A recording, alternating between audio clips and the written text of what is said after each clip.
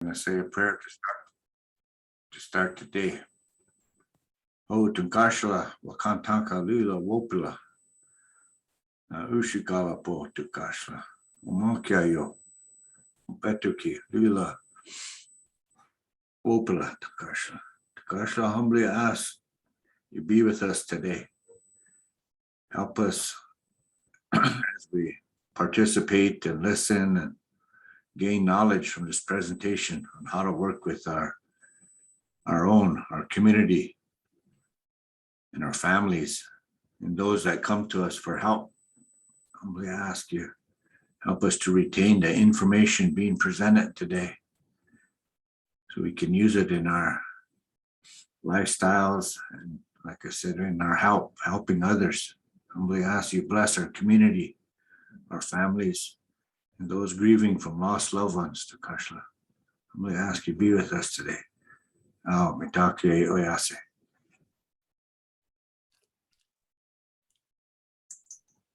Thank you, Gene. Again, greetings, everybody. I am very excited for the opportunity to have this training presented to all of you within the Oyate Health System throughout Great Plains Tribal Leaders Health Board. Dr. Marilyn Zimmerman comes to us from the University of Montana and the National Native Children's Trauma Network. I'm going to turn this over to Dr. Marilyn. She will introduce herself and get us going today. We will be taking a break at both 9 o'clock and 10 o'clock today. So if you have any questions as we go along, do not hesitate to unmute yourself and interrupt at any time that you have a question, and or place your question or comment in the chat box. Once again, there is the opportunity for CEUs and college credit, but please, everybody, fill out the registration form that is listed in the chat box. And Marilyn, it is all yours. Thank you, Annie. It's really a pleasure to be here this morning. I'm pretty excited about this presentation. If there are any of you who were at either the morning or afternoon sessions yesterday, want to say again that we're looking at and repeating the historical trauma piece, and want to be able to let you know that it's always a little bit different depending on who's in the room, so to speak. And it's always you always take away something from the spirit when you participate several times. As Annie said, I'm Dr. Marilyn Brewer Zimmerman. I am a citizen of the Nakota and Dakota people. I come from the Cree speaker band of the Nakota people. I carry a Nakota name of her white buffalo calf and a Dakota name of lightning bear-nosed woman. Our reservation is the Fort Peck Assiniboine Sioux Reservation in the northeast corner of Montana. I'm also a descendant of the Turtle Mountain Chippewa and the Shoshone-Bannock tribes, and I'm pleased to be here. One of the things as we go through these kinds of presentations and think about how we're going to talk about trauma is to be very aware that sometimes the information or the examples or that you hear during this presentation and training can be triggering. And so we want to let you know that it's okay to step away from the computer, and it's okay to ask for support, and it's okay to take care of yourself. I don't believe that there's anything that should be very triggering, but it's all an individual's perspective. So let's begin. First, I want to talk about the Trauma Center at the University of Montana and kind of who we are and how we got started in this world of trauma. Way back in the early 2000s, probably about 1, 2, 3,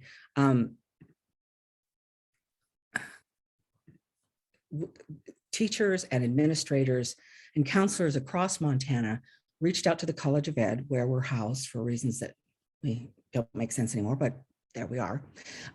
So they reached out to the College of Ed to say, you know, we've got these students in our classrooms who have been diagnosed with ADD or ADHD, but the medications don't seem to be helping them much, or the strategies that we're being trained with to support children with ADD or ADHD don't seem to be working. Could it be something else? So the founding director of the Montana Center went looking around the country, and it was about that time he found the National Child Traumatic Stress Network, which was a network that was created and funded by the Substance Abuse and Mental Health Service Administration to address the impacts of exposure to what was then just violence. And it happened after 9/11, when the country was talking about the impacts of witnessing a terrorist attack on our home soil. So they also began to talk to those folks who had been working in childhood trauma for a long time. And so they began to look at the impacts of exposure to not just terrorist attacks, but exposure to domestic violence, bullying, community violence, sexual assault, that sort of thing. And Dr. Stoley found Dr. Marilyn Wong at the Los Angeles Unified School District, where they had created a trauma-based intervention known as Cognitive Behavioral Intervention for Trauma in Schools, or CBITS for short. And it wasn't about school trauma. It was mostly about the setting. We can provide this therapeutics in the school setting. It was created for Latino immigrant urban population. But, we said, tell us about your students. And they said, well, our students are living in multi-generational homes. Okay, that's good. Sometimes challenging. Our students are often witnessing family violence, ours too. They're living sometimes in chronic and generational poverty, some of ours too. And they are living in under-resourced communities, or they are living in communities that, under-resourced communities, ours too. So we thought, okay, let's experiment and let's try this. So we piloted the CBITS model in 2 reservation schools in Montana. And we asked the question first, do American Indian children suffer from childhood traumatic stress, or basically PTSD symptoms in children? And if they do, will this evidence-based trauma treatment model that was developed for Latino urban population work in a rural reservation American Indian population? The answer to both of those questions was yes, in fact, very high rates of PTSD-like symptoms. And so we had an ethical responsibility to response. We took the CBITS model and we created a curriculum so that a science teacher or a PE teacher could take the basics of the impacts of trauma, defining it, looking at some of the symptoms of what trauma can be, helping kids identify their triggers, give them some pro-social coping skills, that sort of thing. But in the first study, the kids started to tell us that, mom and dad fighting is really hard it's hard, but grandma dying is harder. And my favorite uncle dying in a car wreck because he was under the influence is harder. Or my best friend dying by suicide is harder. So we did a second study and we took a look at grief and loss. And at the time, it's not so cutting edge today, but at the time it was very cutting edge because we could look at grief and loss to be have just as much impact as exposure to violence on correlating with PTSD symptoms in children or adolescents. So that's how we got started. We found out and then we were better at training in the CBITS model. So we applied for and became funded as a Category 2 trauma center. So you'll see that we're here to provide technical assistance and take evidence-based treatment models. That was the big idea, and culturally adapt them for an American Indian Alaska Native population. What we quickly found out was that you can't embed a treatment model within the context of a system that isn't trauma-informed. It's just not sustainable. And so probably in the 2010s, along with the rest of the network, we began to look at systems change. How do we create trauma-informed systems to be able to support this, the kids in our communities? Because when we go into tribal communities, if we were invited by a school, we would find out and we would start, working with and training, and they would say, who really needs this information is child welfare. Okay. And who else at the schools, and who mental health does, behavioral health, and who else, Boys and Girls Club. So we began to look at and think about all of the systems that touch the life of some of our children who actually have the most challenges in their life. And so somewhere in the United States, we're working with a tribe in either their juvenile justice, their child welfare, their schools, or their primary care, behavioral health, wherever, supporting them to become trauma-informed. And also just understanding that very often an evidence-based trauma treatment model requires a master's level, PhD level clinician to be able to provide that trauma treatment model. And our very rural reservation communities often don't have those folks, or they don't sustain those folks in the community. So we had to also think about systems change in a way of creating capacity at a local level about how do we create a trauma-informed system that supports their clients, their patients, their students, their consumers, whatever you call the people that you work with. So that is another big reason why we went more towards systems change. So why do we need to talk about trauma? I think we now know from the ACEs study, we'll have a little video on ACEs because it does I love to show this video simply because it does such a great job of explaining ACEs in a very down-to-earth, straightforward way. And we're looking at childhood trauma and impacting later life health outcomes. And that's why it's become a public health issue. We now know that sexual abuse or neglect or witnessing domestic violence can have long-term health consequences in our 50s, 60s, and 70s. And so it is, for us in this field, we really do believe it's the most pressing trauma issue or a public health issue. So we also know that it's preventable. It's life is life, and we can't prevent bad things from happening to good people, but the traumatic response is preventable with the right supports, some good supportive parenting, some good supportive colleagues, family, ceremony, therapy, whatever that looks like. We can prevent the long-term impacts of experiencing traumatic events. But we also know that no matter where you come to a place where you find healing or need healing, you can heal from the impact of trauma, no matter when it happened or how long ago it happened, or what sort of impacts it's having on you today. And finally, it starts to ask the right question. I think I always use this example of my grandmother. She's probably mad at me for outing her, so to speak. But way back in the day when I was a little girl, she raised me, and she would say to some of my relatives, "Hey, sober up, get your kids back. What's wrong with you?" Or, "Hey, stop hitting on that woman. Take care of your family. What's wrong with you? Quit drinking. What's wrong with you? Sober up," that sort of thing. So we don't ask anymore, "What's wrong with you?" We ask, "What's happened to you?" But we take it a little bit further, not just what's happened to you, because, we could all have the same traumatic experience. It's how do we make meaning of that event? How do we remember it? How do we define or describe it? So it's not what's wrong with you, but it's what's happened to you and what's the meaning that you make. So it asks those kinds of right questions of people.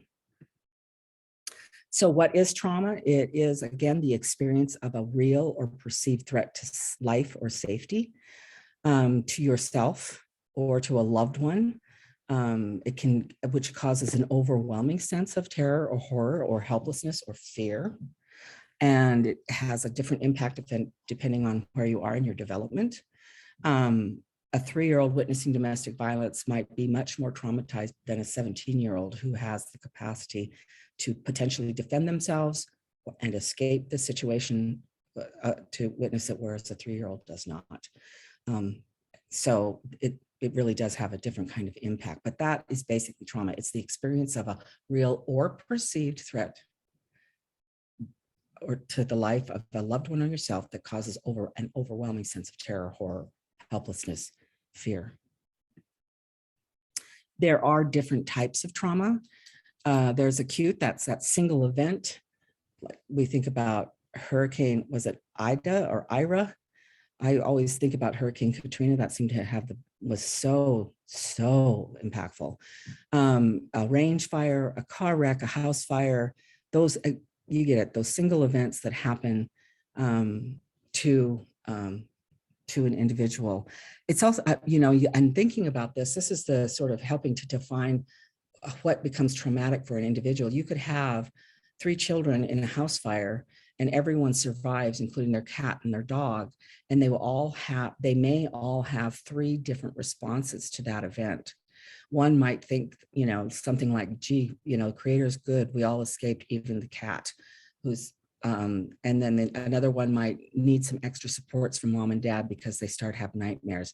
But another one might just perseverate and not be able to let go of that horror and fear, not just of what happened, but the possibility of losing their entire family or losing their favorite pet, that sort of thing. So it really is the perception of the individual, the meaning given to it.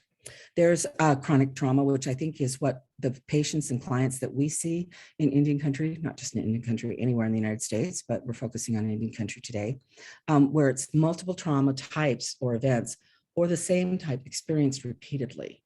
We think about children growing up in chaotic households and the sort of the kinds of neglect that can expose children to different types of events that over time, because they're little and they don't know how to protect themselves as well as they do as they get older. And there's complex trauma. It's that ongoing or repeated trauma exposure. It's long-term, and it really does have impacts on developmental impacts. And complex is also very often at the hands of your caregiver. The people that are supposed to love and protect you the most are the ones who are inflicting the pain and the trauma. And finally, there's also, that's not on here, is secondary traumatic stress, which is a really big piece of becoming trauma informed, because it's not necessarily hearing the stories of our clients or our patients or children about their traumas, and that can be hard, but it's engaging and witnessing and being present as they engage in really unhelpful behaviors, right? So we'll talk about those. That'll be the second part of this training. And then there's historical trauma, the events of genocide or ethnocide intent experienced by people based on our collective identity. And that's what we're going to talk about first. And then we'll move into a little bit of ACEs, and then we'll get into some strategies or some questions and thoughts and realities about working with trauma survivors in primary care settings. So, what is historical trauma? So I would like us to really expand what we know about historical trauma, to understand that there's political origins to it, there's psychological impacts from it. We have done, as Native researchers have done some research on the impacts of historical trauma. And then there's this notion of the response of an entire community, both in how they responded to the traumatic events long ago and how they are beginning to heal today, and what that looks like and what that can look like. So we have to understand that politically, all of the US federal policies about American Indian tribes and nations was very much about either annihilating them or assimilating us. I shouldn't say them, us. And so that was purposeful, and it was very much based in politics. Annie, oh, good, thank you. Will you let me know if any of the chat comments are for me or if it's about the CEUs? Because I keep opening up the chat when I see one. I sure will. Thank I'll let you. you know. Okay. So, that is really understanding that tribal people, tribal nations know this and understand this also. And we'd very much like to let you all know that we know the origins of this history. We know what the strategies were. And so we often have a pushback with the federal government or the state governments that don't seem to have an appreciation for that history.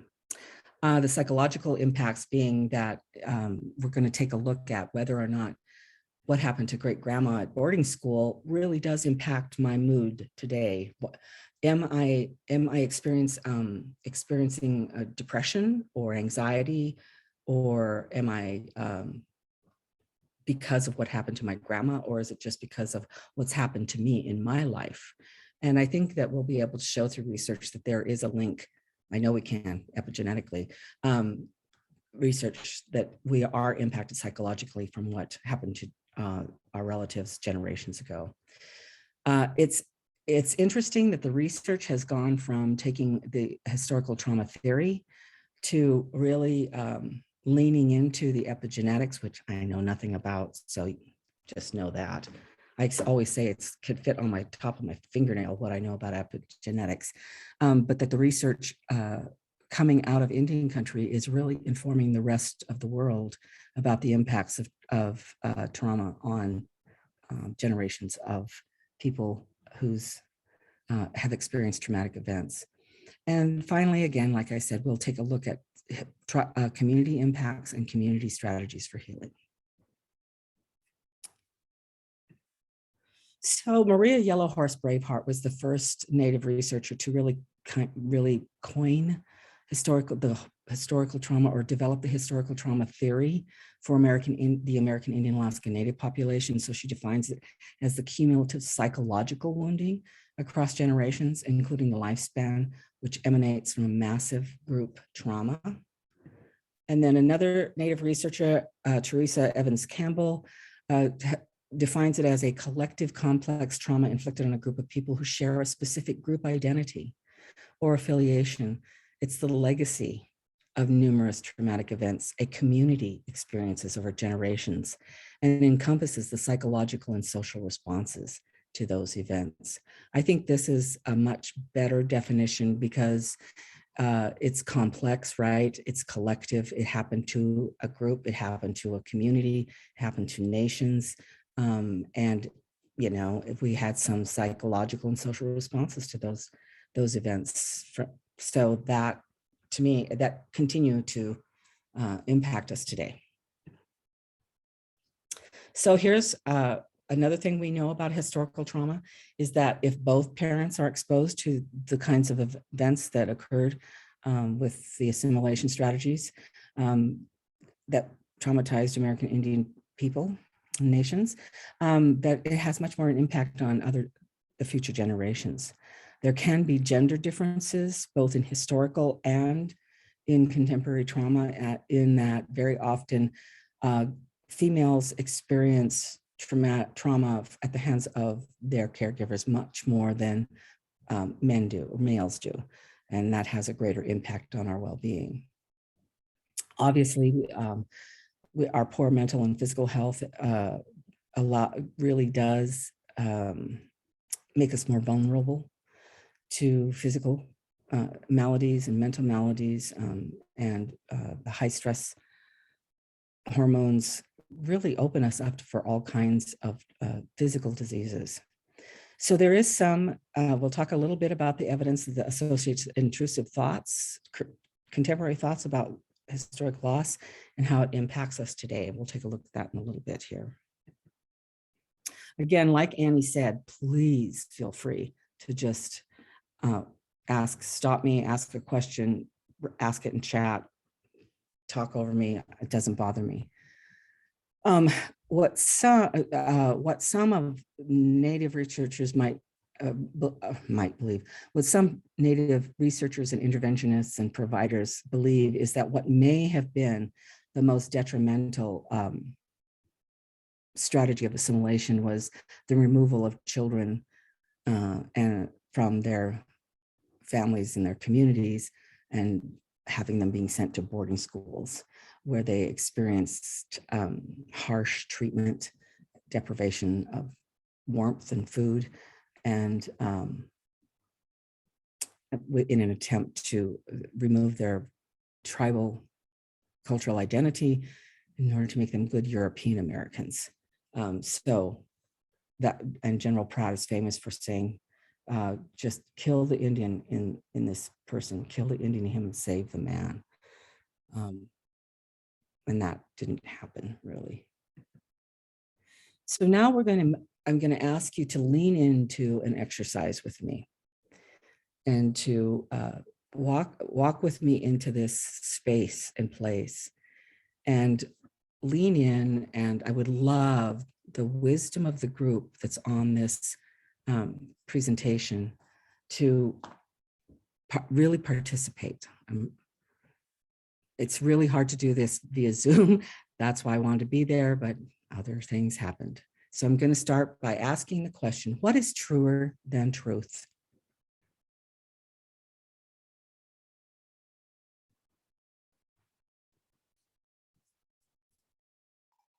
If you wish to unmute your microphone, please do so at your own discretion and participate happily. You also are more than welcome to turn your video on. We have almost 70 people on this Zoom today, so I know Marilyn would love to see other faces than mine. So we have somebody who said, what's truer than truth is actions, right? Don't tell me what you're going to do, show me. I don't believe you until you show me. Anybody else? Oops. Anybody else have a comment about what is truer than truth? Sometimes it can be, as you mentioned, our emotional experience to it, what we saw, what we felt. Yes, exactly. It's our personal truth, right? This is my experience. This is what's happened to me. This is what I know to be true. That is truer than truth. One more. Good morning. Good morning. Good morning. Miate was born in 1919, and he used to say that belief was a sissy word, and even more so than the truth would be knowing. Okay. You know. Mm-hmm. Thanks. Thank you. That's good. It's what we know. It's what we know, not what we believe, not what we think is true, but what we know. I love it. Thank you. Well, for this exercise, we will begin with what is truer than truth is the story, which is everything that you all said. Right? So there are, I don't know how many federally recognized tribes, over 600 now, over 300 300 to 400 state recognized tribes, all with unique languages, cultures, beliefs, ways of knowing, languages, foodways, that sort of thing. But what we seem to have, but not seem, what we have in common is the experience of colonization. And that's the story, that's the historical trauma story. That's the story that is common to American Indian tribes in North America, but mostly very much in the United States. And so that's what we're going to take a look at is what is this story of colonization and how has it impacted us? So now we're going to do an exercise. When I was in graduate school for my master's, I was encouraged to produce and act in a play with some of my peers called The Strength of Indian Women. And it's a play about women surviving boarding school sexual abuse. And it was written by a playwright named Vera Manuel, who was a First Nations Cree playwright. And so as part of the raising the funds and, getting a director, all of that sort of thing, I reached out to her and she actually agreed to come to the University of Montana and do a crosswalk or a crosstalk after the play with the audience.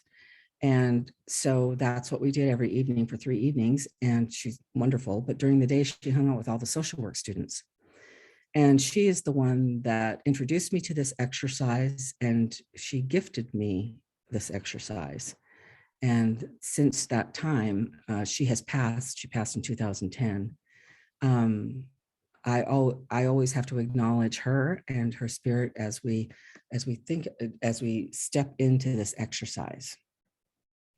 So I can only use what I know of a Nakota belief or knowing system. And so that's what I'll be describing. But please, of course, if you're a tribal member, think about your own tribal ways. So this, trying to make it not blurry, this has prayer elements in it. I sometimes carry sage, sweetgrass, cedar, water, right? Whatever the elements of your tribe, think about that. And they represent the holy, and they represent the wisdom of creation and creator. And so I bring this along to these trainings when I do this exercise. And now we're going to have to use our imaginations and imagine ourselves in a very large auditorium. And we're all out there as audience. I'm at the front, and I will lay this prayer bundle down on the floor gently with respect. And then I'll ask Annie to come up and play the role of the child. And then she comes up and stands next to me and gently touches her foot to the sacred, to the wisdom of the ages, some people might say. And then here's what I know that we believe as Nakota people is that when children come into the world, they come directly from the stars. And they come directly from the stars and from Creator with all of the wisdom of creation. And they come into our particular family. This particular man, this particular woman have been gifted by Creator with this gift of this child. Most indigenous languages, if you ask them what is their word for child, it will be something like holy one, sacred one. Think of all of the things that you can think of that are very much rooted in understanding the connection between the child and the cosmos, which this is where the issue came. So by the time Europeans came to our shores for the first time, women and children were property to be exploited for profit, right? They were chattel. So they come up against these nations who have this different belief system where children are special, holy, and sacred and gifts from Creator. So then I would ask, and we're all going to play all of the roles. So don't worry about being called up. Just pretend you're up there. So I would say, well, I need a mom and a dad to come up. And so a mom and a dad would come from the audience and they would stand with Annie, or with, let's call her Lightning Bear Nose Woman. They would stand with Lightning Bear Nose Woman. And so then I'm going to ask you, mom and dad, and I'm asking you, mom and dad out there, how do you feel towards this child?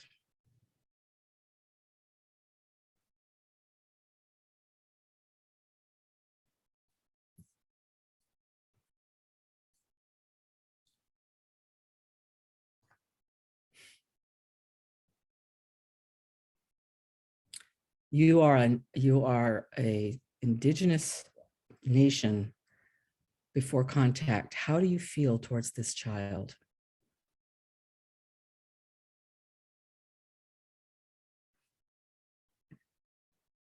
Protective, yes, right? You're very protective of the child.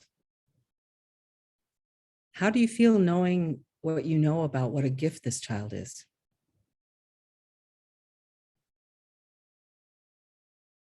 Feel blessed, okay? Yeah.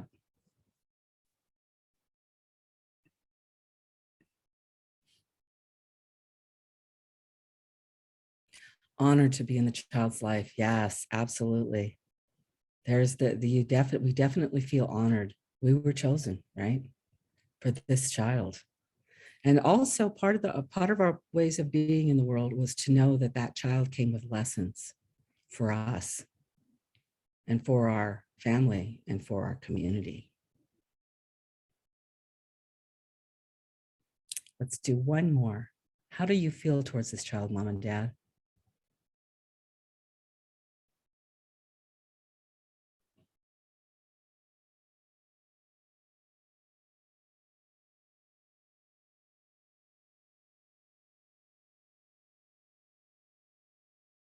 I'm comfortable with silences, y'all.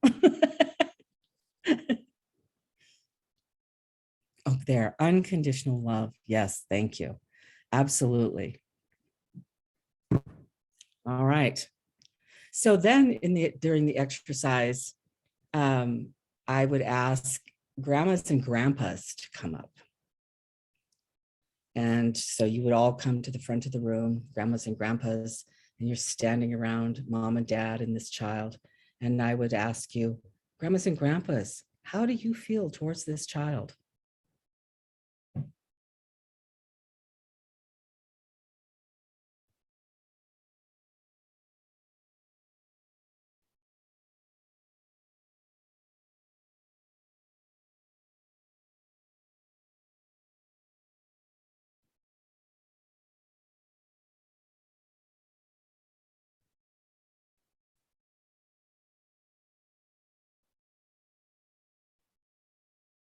Proud. Okay. Tell me about why you feel proud. You can unmute. Hello, good morning. Morning. If I was grandma and grandpa, I would feel proud because it's to be able to be blessed with a child, and then to have that child then have another child, to have that connection with another generation as time goes on. Mm-hmm. Yes. Yeah, definitely. You can see that your family will continue on. Support for your tribe carries on through that child. Thank you, Tyler. Yeah, thank you, Rebecca.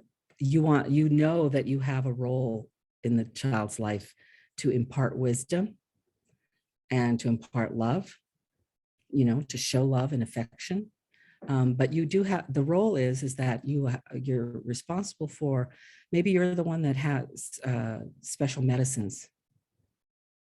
Maybe you're the one, so you'll teach that, and that your special medicines will help heal your community for generations, that sort of thing. Yes, definitely, Leonard. It doesn't feel like there's a distinction between your own child and your grandchild. It feels as if, that you are together, that you're one, that you continue to want to nurture. It's just not up to mom and dad to make sure that this child is well and living in a wholesome environment. It's grandma and grandpa are there too, right? Okay, now I'm going to ask the aunties and the uncles to come up. And so a whole bunch of aunties and uncles come up. Let's say, because there's like 62 of you, let's say we have 13 aunties and uncles come up and stand around the child. And usually about this time, people want to sort of line up linear, right? They want to line up because they feel like the audience is out there. So, and I would say, no, we're not Western Europeans. We are indigenous people, and our life is always cyclical. So come around this child. And so all the aunties and uncles come around the grandmas and the grandpas and come around the child. Thanks, Mary, for shelling out. Mary says that her mom was good to her, but she's even better to her grandchildren. Yeah, that's true. So, okay, aunties and uncles, how do you feel towards this child?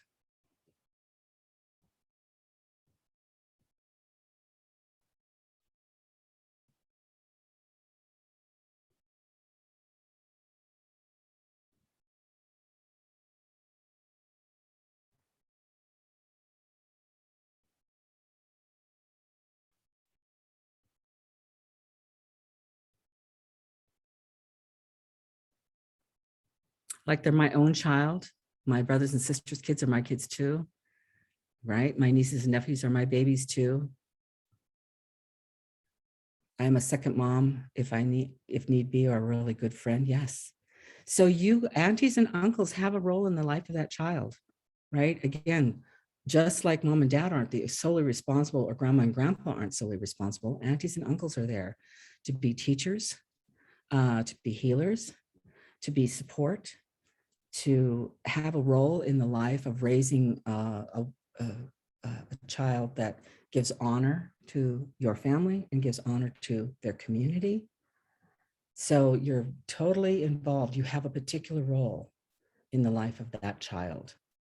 You might be the one that teaches her certain skills that she will need to be a good caretaker herself when she decides to have a child, that sort of thing. You might be the one, I think in modern terms, you might be the one that teaches her to do star quilts, right? I never learned, I'm not patient enough. But you do have a role, and in the well-being, it really was about the well-being. Our survival as a people depended on the survival of the next generation, right? And we knew that. And we knew that in a way that I don't think we appreciate today. Okay, any other aunties and uncles want to make a comment about how they feel towards this child?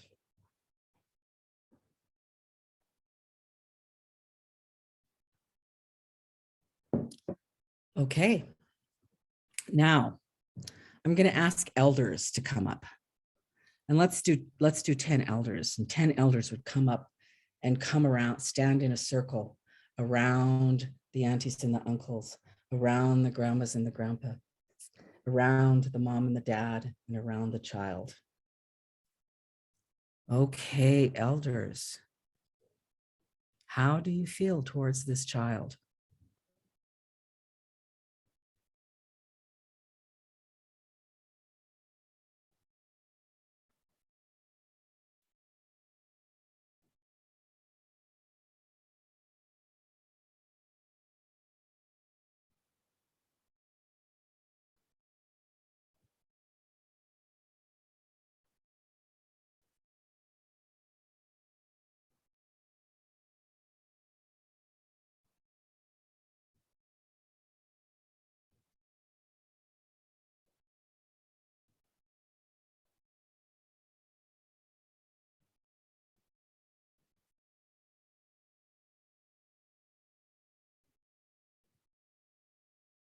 Hopeful, concerned, yes. Happy for their beauty and gifts, very protective. Yes, thank you, Rebecca. The elders are there also to play a role in the life of that child. They aren't just the wisdom keepers for the community. They're the wisdom keepers that pass on that wisdom to the aunties or the uncles or the grandmas and grandpas or the mom and dad, and even the child herself. Their stories, the sacred songs, the medicines, the foods, thinking of all of the ways of not just survival, but of wholesome and robust well-being. That they know that they have a role in the life of that child. Okay. Then I would ask the rest of the audience, so you're all up there now, the rest of the audience would come up and be warriors. Okay, warriors. The warriors are around the elders. The elders come around the aunties and the uncles. The aunties and the uncles come around the grandmas and the grandpas. Grandma and grandpas come around the mom and the dad who are there with the child. Tell me, warriors, how do you feel towards this child?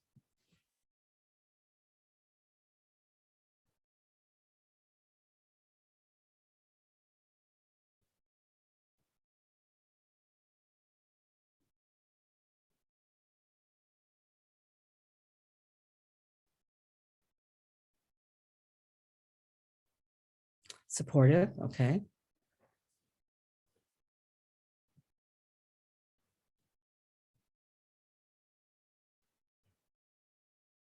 How are you, how can you describe what you mean by supportive, Christy?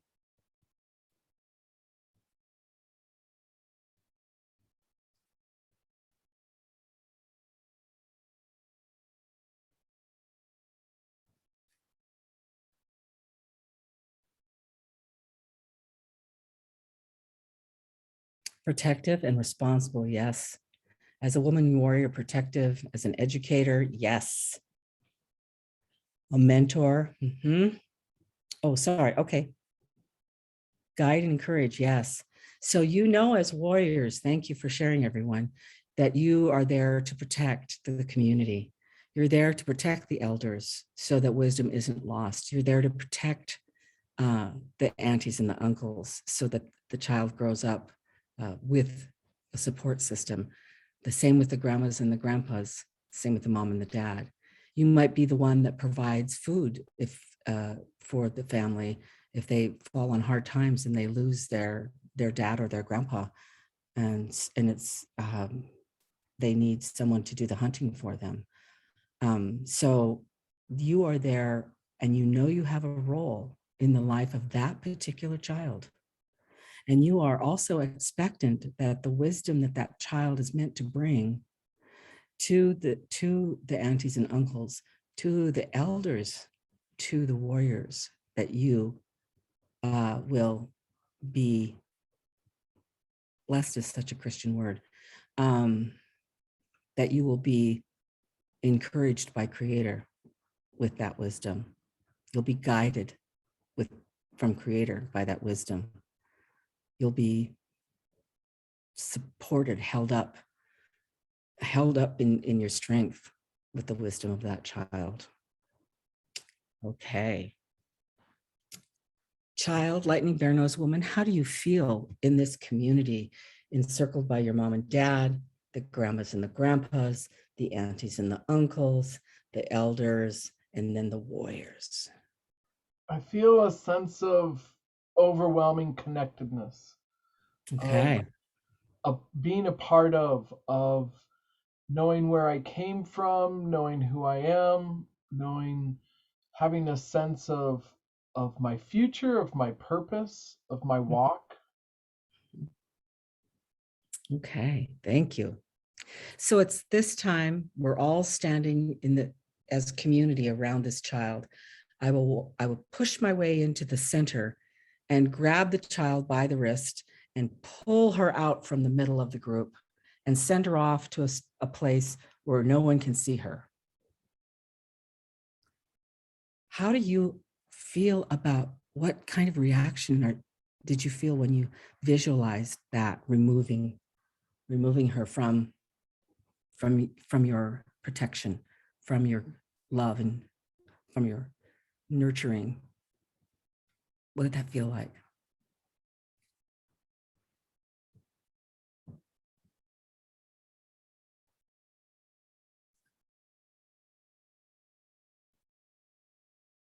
Rage, overwhelming sadness and grief. Yes. Yes. Rage. Why are you taking my child? What have you done with my child? What's happening to her? Is she going to be okay? Who's with her? Tremendous grief. Fear. Yeah, absolutely. Absolutely. What's going to happen to her? When is she coming back? What do you mean she needs to go to school, right? One of the things that happened for a lot of tribal children is that they were moved very young and sometimes didn't come home until they had completed their education, so to speak. And the education wasn't necessarily in those days very good. They were mostly boarding school children were used as unpaid labor for the local communities. So they would be gardeners or washerwomen or whatever. So it wasn't as if they were learning calculus. Anyone else? How did you feel when I pulled that child out from the center of you?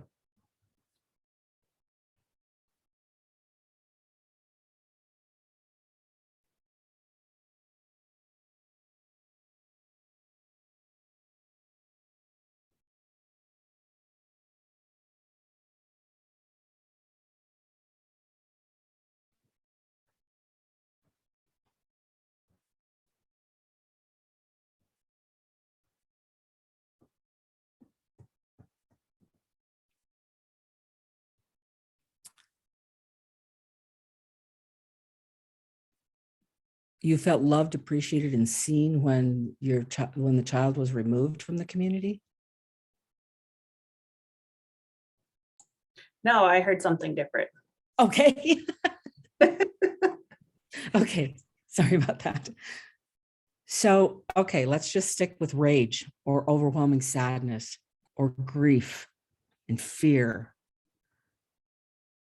How might you start to cope with, a sense of helplessness? Thanks, Jody. Yes, helplessness. I could not intervene. How might you start trying to cope with grief, loss, fear, hopelessness, or helplessness? You might reach out to others, but this is so confusing. Self-medication, perhaps, yes. You might self-medicate to start to use alcohol. You might isolate from the rest of the community. You were once a part of this vibrant, rich community, and now you're you just don't want to see anyone. You lash out, you start to engage in violence towards each other because you start to blame each other, right? How come you didn't keep those kids in our community?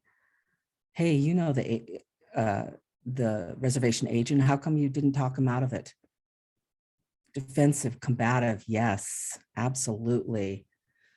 Excellent. Yep. How do I avoid these feelings of helplessness and hopelessness, this grief, this loss? How do I cope with it? I guess the only way is to, avoid the feelings. And how do I do that? I numb myself out. And I might numb myself out by engaging in depression. Yeah, I might become depressed. I might start using alcohol. I might start looking for love in all the wrong places, right? And just looking for affection or care somewhere. So yeah, that's the communities are left with wondering what happened. And it's the fear is not just the loss of the child and what was going to happen to the child, but what's going to happen to our people. Yes, toxic relationships, definitely. What's going to happen to our people? What's going to happen to our community? Who's going to sing the sacred songs? Who's going to learn the medicines? Who's going to be the protector or the wisdom keeper if there are no children in our community and they're gone, right? Okay, very good. So then I'll go get Lightning Bear Nose Woman, and I bring her back and I stand with her outside the circle. And I let you know that she is no longer Lightning Bear Nose Woman, she's Annie, because that's a good Christian name, after Saint Anne. And this is what she's experienced. When she left, she was 5 or 6 years old. She's back now, she's 16. She experienced, as I described earlier, deprivations of food, of physical warmth, of emotional warmth, psychological warmth. She experienced abuse at the hands of the school masters is the only word I can think of right now. Sometimes and sometimes the workers at the schools pitted the children against each other, pitted tribe against tribe, right? So she was bullied. As she began to grow older, she was sexually abused by the male staff. And in order to survive, she learned how to act in a way that was pleasing to the male staff and was compliant with the male staff that were sexually abusing her. She was taught that her language was archaic, that she needed to speak English in order to do well in society, that she no longer needed her language to support her in her life, that the ceremonies and the spiritual ways of her people were pagan at the very least, but demonic and of the devil at the worst. And then she comes back to you. And her grandma tries to visit with her, to talk to her.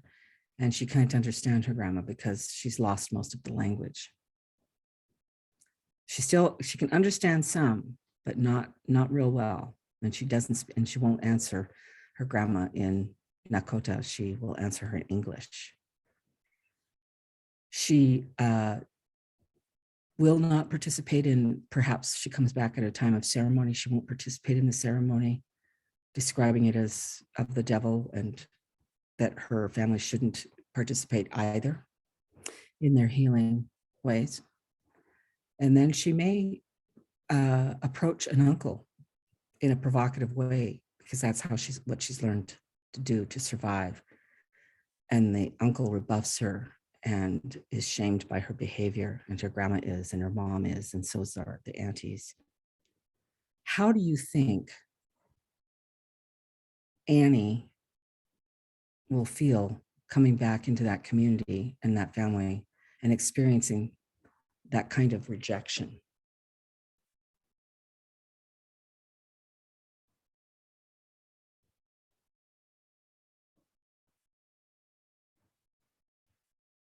Ashamed, alone, disconnected, hurt? Yes, absolutely.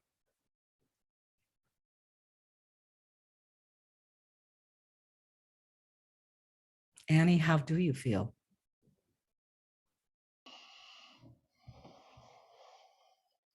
I'm mostly angry most of the time.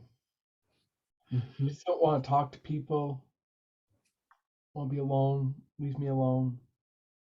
I feel disconnected. I don't have a sense of purpose. I feel confused. But then there's other moments that there's something that I feel inside, but I don't know how to put words to it. I like when I get around some people. I like it when we go to powwows. It makes sense. Mhm. But I don't want to speak to anybody, and I don't have any of that other people wear. I don't have any of that. I don't know what you call it, right? Mhm. Okay, thank you. Now, Annie's been raised in a very authoritative, abusive environment. She was not raised in the traditional parenting ways of her people. She comes back with all of that trauma unresolved, and she meets Joey, and he has had the same experiences as Annie, and they come together and have a child. And because they feel so disconnected most of the time from their families and from their community, they don't have the supports to be able to learn how to be nurturing and loving towards that child. And so they may neglect the child. They may abuse the child. They may, or they may not, right? Maybe they're resilient enough. But just knowing that those two people come together and start and begin another generation, that even without going off to boarding school, which the generations did do, that the trauma is perpetuated through the generations. Okay. Okay, community. You are so resilient. When Annie comes back, you're ready. You're ready. How do you bring her back into the family and into the community in a good way? How do you restore Annie to you? How do you restore your community to Annie?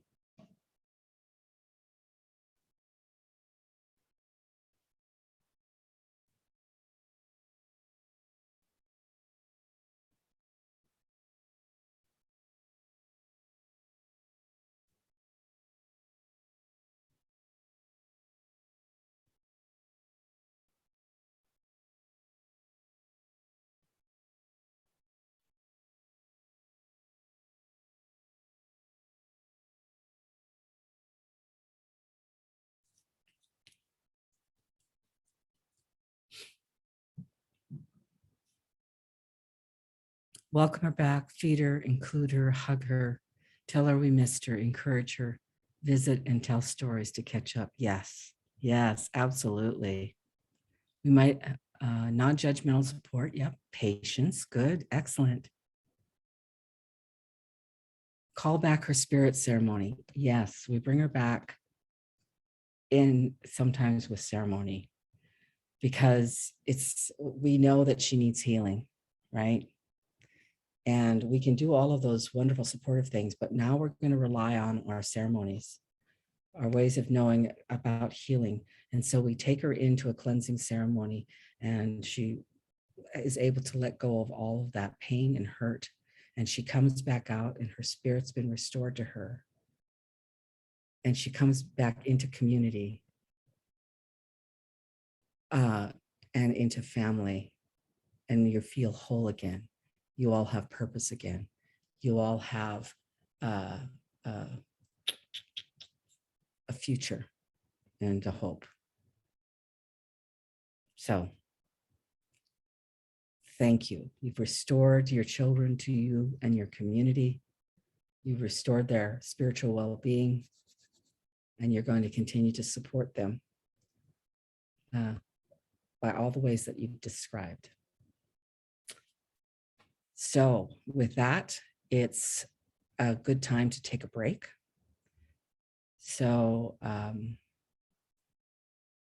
please feel free to step away for 5 minutes. Annie, do you have anything to add about? Take a break for 5 minutes. I'll put the registration form up here again for folks. If you have not completed it as of yet, please do so. And we'll see you back about, let's say 9:15. That'll give you a couple extra minutes. Thank you.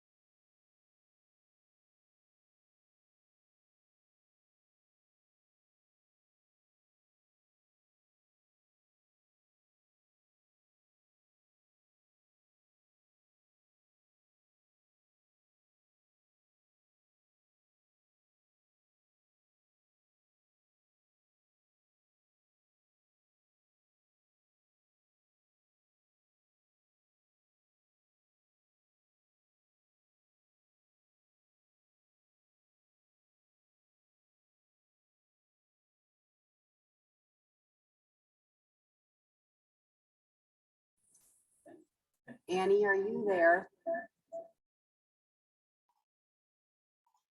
I sure am. Okay, can you talk a little bit? We're trying to see if my computer sound is working yet. Your computer sound is working, but it's feeding back.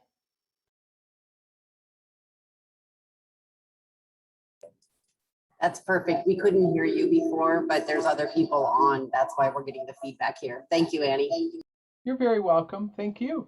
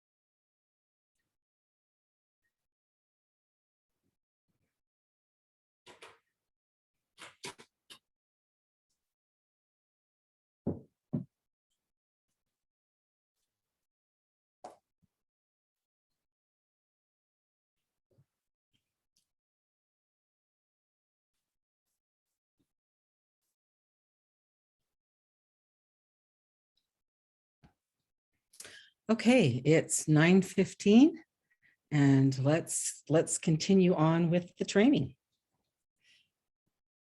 So again, reminding ourselves that sometimes what have been the most adverse consequences for the boarding school experience is that, again, ineffective and or destructive parenting, even inconsistent and rejecting of the child, seeming to be insensitive to the needs of children. We see a lack of parental involvement very often today, poor school relations, weak spiritual foundations simply because they torn between two belief systems and very often choose neither. Some very unhealthy family norms and a weak ethnic identity. Okay, I think we already had that one.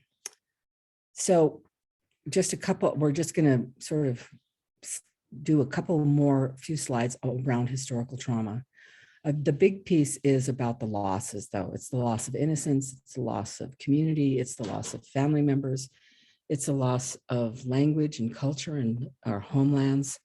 So it's a huge loss.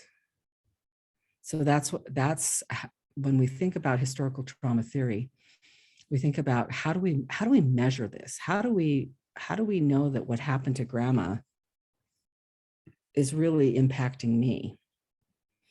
And Les Whitbeck and his colleagues at the University of Iowa did a study where they looked at historical losses for American Indians and really noted that most of the time the losses aren't historical in that they happened a long time ago, but that the impacts are persisting today. We're consistently and persistently experiencing poverty, addiction, violence in our families. We're a very resilient people, but it has had an impact on some of our relatives. So he asked the question, let's try to quantify this, right?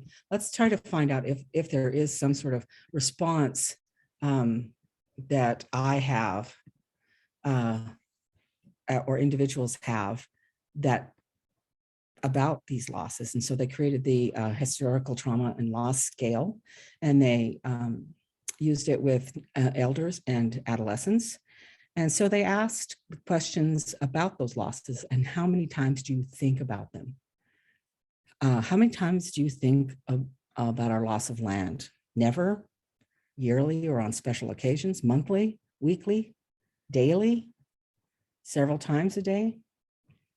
And I find it fascinating. I would like us to go over to the daily column. So 10% think about the loss of land every single day. Almost 30% of us think about the loss of our language every single day. 25% think about the loss of our traditional ways. If we go down here, loss of culture, 25% think about the loss of our culture every single day. 30% of us think about the loss or the impacts of alcoholism on our people, how we've lost so many relatives to alcohol. Again, 28% the loss of respect by our children and grandchildren towards elders, loss of our people through early death, and the loss of respect by our children for traditional ways. So we think about it a lot, not just yearly or on special occasions, but daily.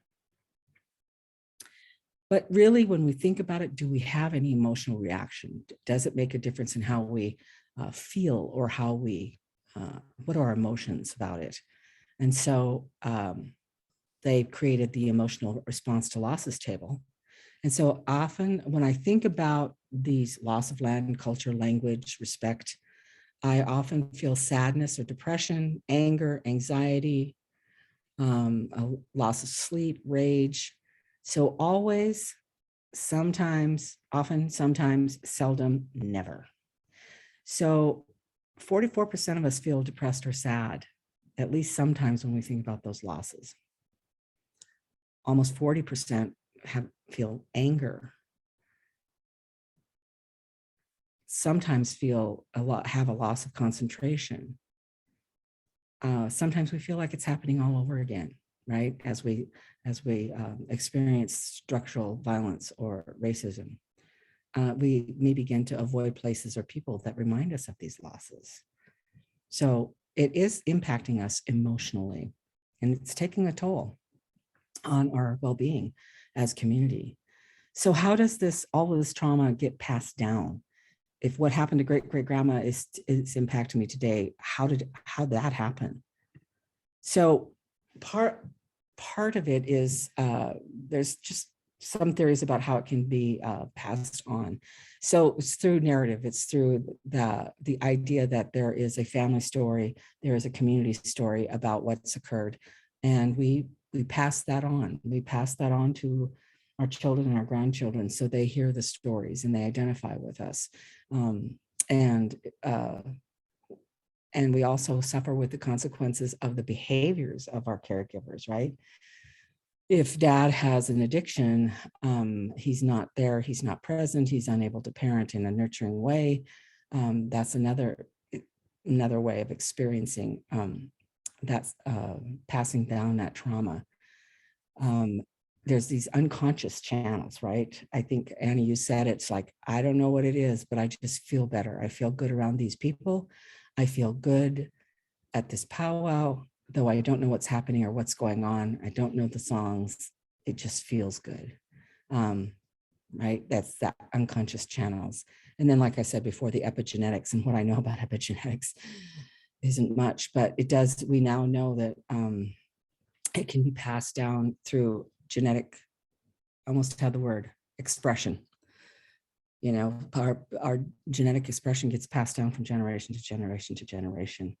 During the early days of the National Child Traumatic Stress Network, there was a study done in New York with pregnant moms who had experienced domestic violence, and they basically measured their cortisol levels.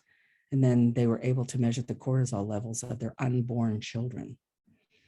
And those babies, though they had never really personally experienced any violence, had the same high levels of cortisol as their mothers did. So it does happen physically and epigenetically.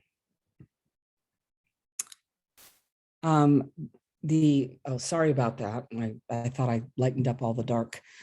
So the impacts can have individual impacts, again, with that weak ethnic identity, poor health outcomes, behavioral health disorders, mistrust of communities and agencies, family impacts, again, those severed family roles, loss of cultural parenting practices, loss of responsibilities and roles. You know, we don't differentiate from our family in tribal communities, individuate. We individuate by having a role in our community and a role in our family. The community impacts, lateral violence. Hopefully you've all heard about lateral violence. I know it comes out of the nursing profession. I used to work in healthcare, and I think the phrase was nurses eat their young. The continued poverty, the loss of sovereignty, really just the disintegration of community roles, and the continued unhelpful federal policies that we continue to suffer under with any administration. So again, thinking about what all of the treaties that are broken, depending on who you talk to, some will say that there are over 400 treaties that the US government made with tribal nations, and today not one of them has been fully honored. Again, and then creating the systems to support and help in the 50s and 60s became systems of loss and a acculturation for us. So it has had an impact on us physically, mentally, emotionally, and spiritually. So again, it's not just that history, but it's these contemporary traumas that we have a hard time healing from because so many things are occurring in our communities. And so but if we're not dealing with what's happening in our communities, that will turn into and impacting the next generation of children and grandchildren. So again, those current tribal human service systems that are expected to address past, present, and vicarious trauma, I don't think we do a very good job of it in those systems. I think one of the biggest examples or best examples of structural violence is to note that Indian Health Service has always been funded at, or has been funded at 50% of need for decades. So that to me is very much about a lack of access to basic healthcare for American Indian people in this country. And that is, that's basically structural violence. So here's again, the historical events that are on the left, and then examples of current impacts on the right that we all are very aware of: persistent discrimination, disparities in child protection and juvenile justice system. We continue in Alaska, Montana, and South Dakota to have the highest rates of children in care of any states, any other states that have tribes in the nation. So for example, in Montana, I'm sure you all can quote from South Dakota too. In Montana, we make up about 7% of the entire population. Half of that are children. So let's say 3.5 Native children live in this state. And I think there's over 56% of children in care in Montana are Native. So there's huge disparities in child protection, and they continue to have those huge disparities.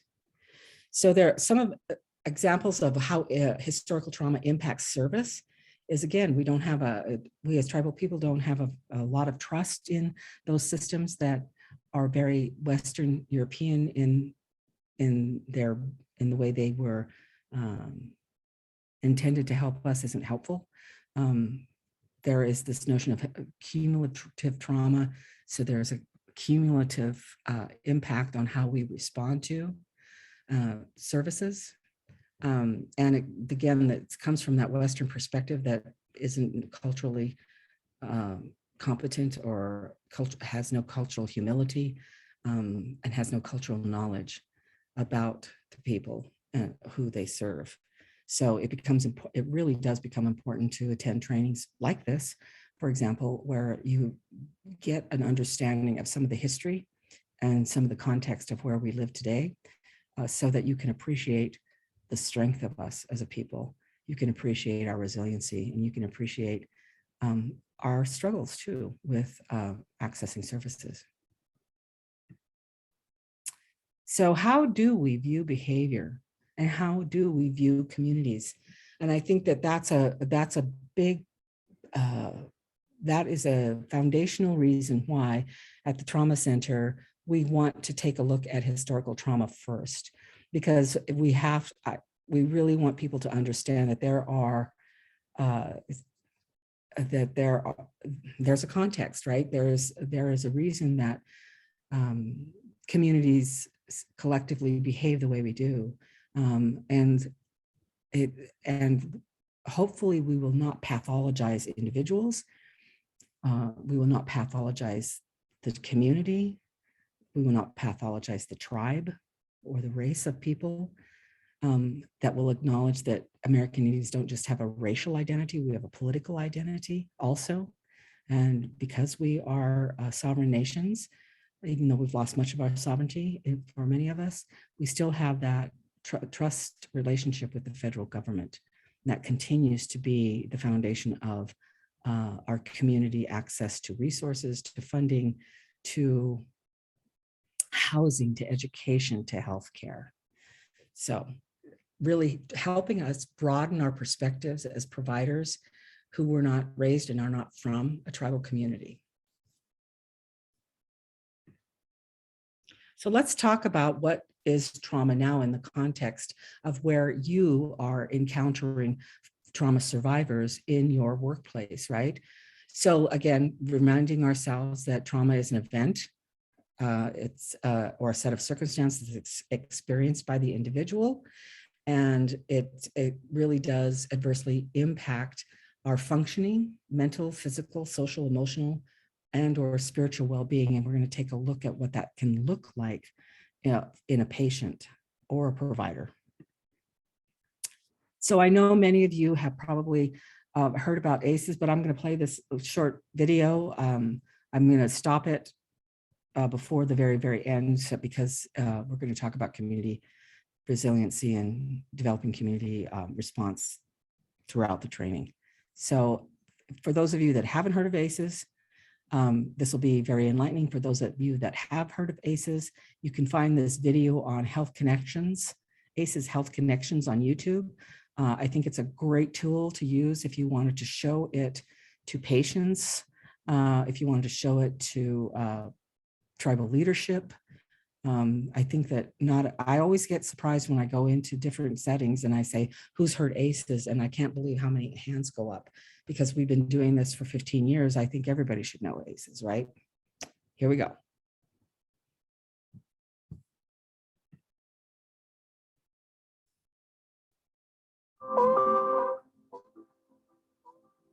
When we think about public health, do we consider the importance of our childhood experiences? What if they have a bigger impact? Sorry,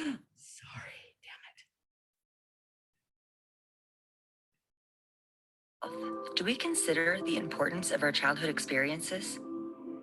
What if they have a bigger impact on our health than we could ever imagine?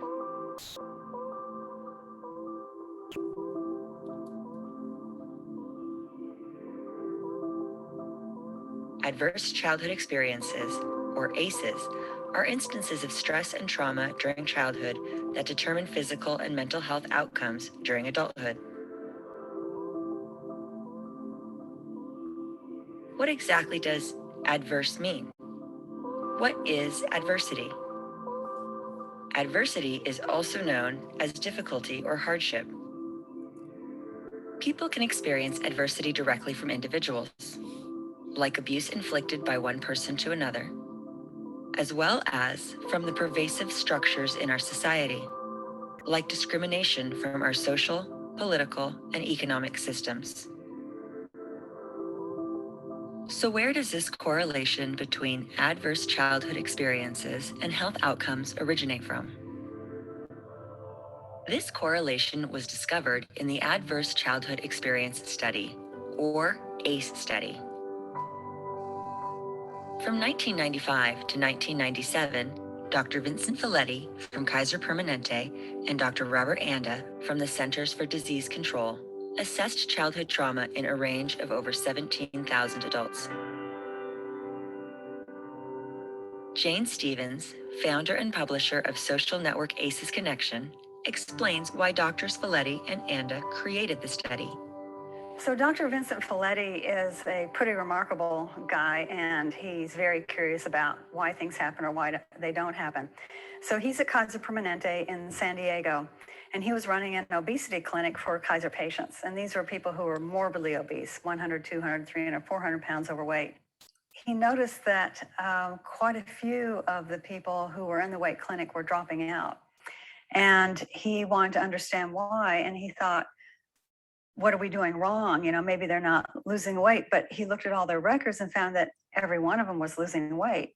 And he couldn't figure out why people who were successfully losing weight would leave. So he brought them in to ask them why they had left the program and to try to figure out what would have led them to do that, you know. And so he went through a whole series of questions. And then one day he misspoke, and he, instead of asking, how old were you when you were first sexually active, he asked, how much did you weigh when you were first sexually active? And the woman who he was interviewing said 40 pounds, and she burst into tears. And she said, and it was with my father, and thank you for asking. And that just blew his mind. And he thought, maybe I'm onto something here. Maybe I should ask that question more often. And so he did. And then he was afraid that he was sort of putting some bias into it. So he had some other physicians do the list of questions. But what was very clear is what he was getting was reports of incest that he had assumed was very rare. And what he was saying was very commonplace. But then he was also finding that people were gaining weight because they thought it was a good defense mechanism, either to keep people away from them, potential sexual abusers, or it made them feel safer because they had been bullied when they were, young, scrawny kids, and they thought that gaining a lot of weight would help them. So he understood that weight was a solution for them and not a problem. They assessed 10 types of adverse childhood experiences in the study: emotional, physical, or sexual abuse, emotional or physical neglect, substance abuse, mental illness, separation or divorce, incarcerated family member, and domestic violence. They also created a scoring system for ACEs. For every ACE a participant had experienced, they got a point on their ACE score. So if someone experienced physical neglect, no matter how often, they would receive a score of 1. If a person experienced physical neglect and had a parent with mental illness, they received a score of 2, and so on. Then, the doctors correlated the ACE scores with health outcomes. Dr. Nadine Burke-Harris, founder of the Center for Youth Wellness in San Francisco, is a leading medical professional on adverse childhood experiences.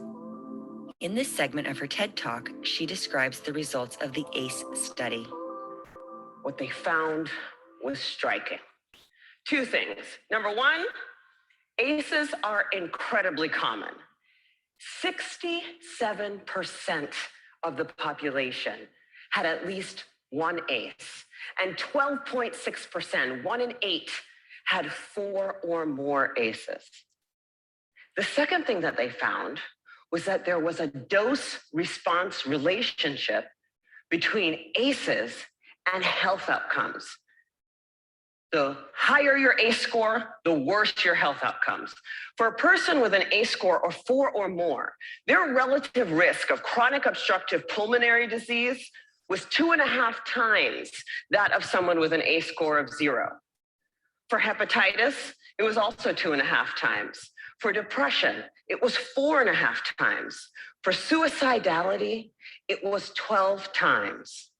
A person with an ACE score of 7 or more had triple the lifetime risk of lung cancer and 3.5 times the risk of ischemic heart disease, the #1 killer in the United States of America. Why does this relationship exist? Why does childhood trauma lead to negative health and social outcomes during adulthood?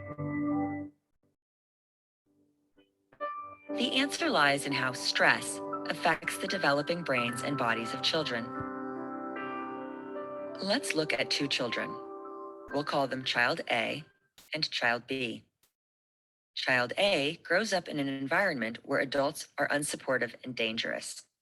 Child A experiences traumatic and stressful events on a regular basis.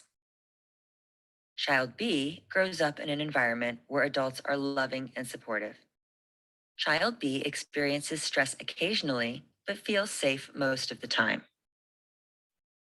These children's brains will develop based on their unique experiences in each of their environments. Our brains are wired based on sensory experience. Neurons are cells in the brain that transmit messages throughout the body. They make connections when they receive or send information. Jennifer Silverstein is a licensed clinical social worker who supports families and specializes in children aged 0 to 3. She explains how a child's developing brain creates neural connections. When we have repetitive activity that comes in predictable patterns, it reinforces that wiring, and the most used areas of the brain become the most developed. When it comes to early childhood trauma, that is really important because when children live with fear, when there is traumatic experience in their house, when there's domestic violence or there's child abuse, those areas of their brain that control the fear response get hyperdeveloped. They get really good at being afraid, all right, and at being reactive and protective around fear. On the flip side, one thing that often doesn't get talked about nearly enough when we talk about trauma is neglect. So when children, maybe they don't have anything to be afraid of, but they're not getting the right amount of relational interaction. They're not getting all those beautiful moments where mom comes in and swoops them up, or dad or auntie comes in and swoops them up and locks eyes and coos together, and they have this really beautiful relational experience.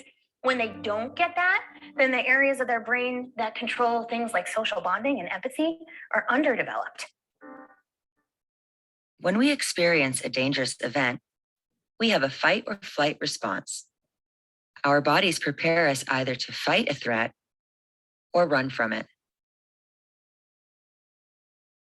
Well, imagine you're walking in the forest and you see a bear. Immediately, your hypothalamus sends a signal to your pituitary, which sends a signal to your adrenal gland that says, release stress hormones, adrenaline, cortisol. And so your heart starts to pound, your pupils dilate, your airways open up, and you are ready to either fight that bear or run from the bear. And that is wonderful if you're in a forest and there's a bear. But the problem is what happens when the bear comes home every night. And this system is activated over and over and over again. And it goes from being adaptive or life-saving to maladaptive or health damaging. In Child A's world, adults are unpredictable and threatening. Child A's stress response system is going to be turned on almost all the time because they are constantly protecting themselves from danger. This is called a toxic stress response. Child A stays aroused and hypervigilant with stress chemicals in their body.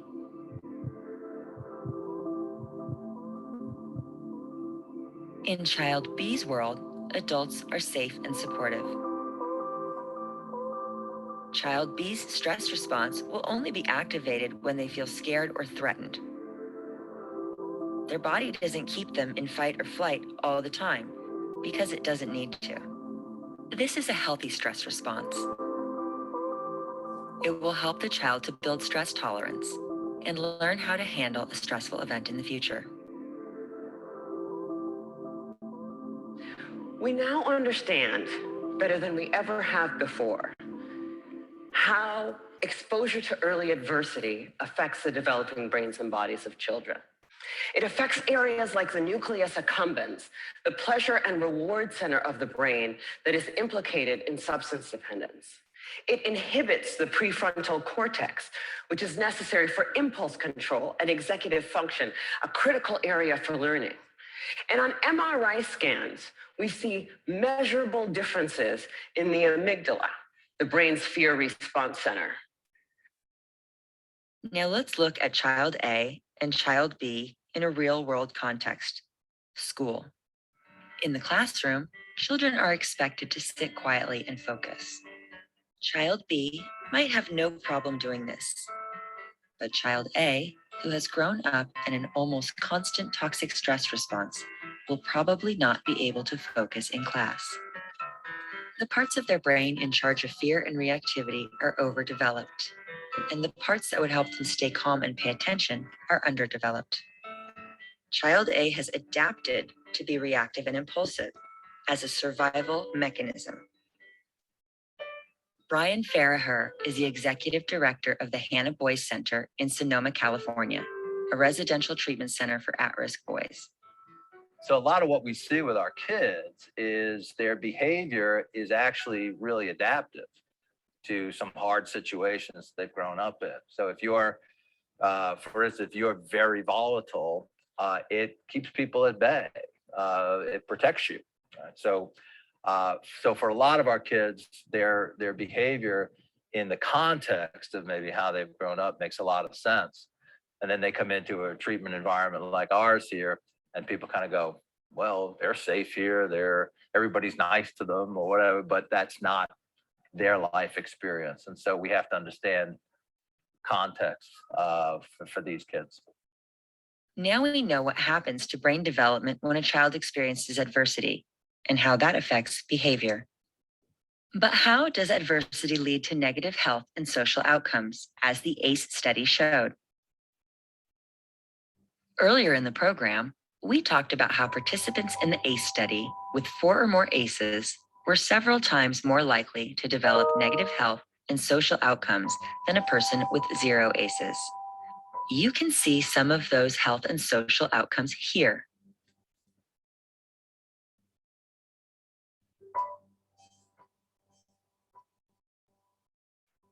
But how do we get there? How do we get from a high ACE score to liver disease, to coronary heart disease, to obesity? Having a high ACE score increases the risk of mental illnesses like anxiety or depression. And the toxic stress response affects the areas of the brain in charge of impulse control and judgment, as well as the pleasure and reward center. So it makes sense that someone with a high ACE score would be more likely to engage in high-risk behavior as a way to cope with that anxiety or depression. How would a child, like child A, cope with anxiety or depression? Salvador Sanchez Strawbridge used to be in a gang during his childhood. Now, he's the community outreach specialist for the Santa Rosa Violence Prevention Partnership. He explains how he coped with his unaddressed trauma as a child.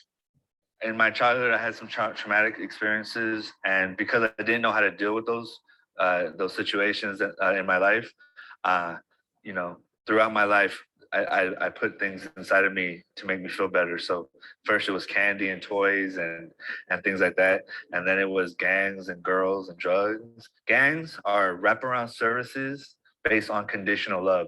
They literally will give you a false sense of everything you don't have. If you don't have, for me, I was half Irish, half Mexican. So I didn't understand who I was. I didn't have identity. So they gave me identity. You're gonna be part of this so you can feel okay. Like I can be okay because I'm scared, I'm alone, I'm in fear, I don't want to be picked on, I want to be powerful, I want to be somebody, I want to be seen. A lot of kids don't feel like they're seen. These kids are joining gangs because they lost hope, because there's something that's not right for them. They don't feel that anybody cares. They've lost hope on society. The jobs that they see are jobs, not careers. The school system that they go to doesn't tell their history or where they come from, or has anybody that looks like them in their books. So they can sense it. They can sense that the society doesn't care about them. This explanation can also be applied to other coping methods, like smoking or intravenous drug use. Smoking is a way of self-medicating that decreases feelings of anxiety and depression. You can see in this graph that the more ACEs someone has, the more likely they are to smoke, and the more likely they are to develop lung disease. And HIV can be transmitted through intravenous drug use, another way of self-medicating. More ACEs means someone is more likely to use intravenous drugs as a coping mechanism and more likely to develop related health problems. So, if someone smokes, uses drugs, or engages in gang activity as a way of coping with trauma, with all factors considered, these are actually adaptive behaviors. They are available solutions to the difficulties that accompany adversity. But it turns out that even if you don't engage in any high-risk behavior, you're still more likely to develop heart disease or cancer. High doses of adversity not only affect brain structure and function, they affect the developing immune system, developing hormonal systems, and even the way our DNA is read and transcribed. High doses of adversity affect how our DNA is read and transcribed? What exactly does that mean? DNA is in our cells. It's the blueprint for who we are. We receive half of our DNA from our biological mother and half from our biological father. And DNA is made up of genes, sections of DNA that have specific instructions for cells. These instructions tell cells what to be and what to do. Here's where ACEs comes in. Recent research indicates that stress can actually influence how cells read those instructions on our genes. And this can negatively impact how our cells work. And because DNA is passed from biological parent to child, these changes to our genes can be passed down from generation to generation. Genetics can shape a child's development, but the adults in their environment can too. We are the stress regulation system for those infants, all right? When we're distressed, they feel it, they get hyper aroused. When we're calm, even when they're upset, we can calm them down. And the impact of any event is going to be determined by the reaction of the caregivers. So the kid runs, the kid slips and falls, scrapes a knee, and mom says, "That's okay, you're all right, let me give you a hug and a kiss." And it's no big deal. The kid runs, falls, scrapes a knee, and mom says, "Oh my goodness," right? And the kid's hysterical for 10 minutes, right? It makes a really big difference. Dysregulated adults tend to raise dysregulated kids. So I think if we can help adults to, again, make choices to better manage their emotional world, to better regulate themselves, they will inevitably become better parents. And I really believe that everybody loves their kids and wants to do best by their kids. So I think the more we can support adults to become better parents, to understand that what's happened to them is, they're not bad people, they're not sick people, they're injured. And so if they can better understand what the impact of those injuries are in their lives, and they have an opportunity then to make different choices and to find different solutions. They're not trapped by what happened to them in the past, but can make choices about what they want to be in the future. We hold great potential to prevent the multi-generational effects of adversity. Even if a child grows up in a stressful environment, if they have a loving support system somewhere, then they can cope with and recover from trauma much more easily. And in turn, they can prevent the effects of their trauma from being passed to their children. But where do we start? How do we build resilience against the effects of adversity? There are 3 protective systems we can use in our communities. The first protective system cultivates personal capabilities. When a supportive network nurtures someone's positive self-image, self-efficacy and skills, and their ability to regulate their emotions, it can encourage them to use their own capabilities to be resilient. my therapist and the people that helped me said it was okay to be where I was at. I felt accepted by them. I didn't feel ashamed of my past. I didn't feel ashamed that I was in my late 20s, getting sober and finally dealing with my issues, or turning 30 in rehab. They gave me a safe space. My therapist was she was full of humanity. She was a white woman that was upper middle class and a lot older than me. We didn't have a lot in common, but we had in common that she cared about my well-being, and she expressed it, and she stood with me. And for that, I was able to, because she couldn't do anything but help me heal myself.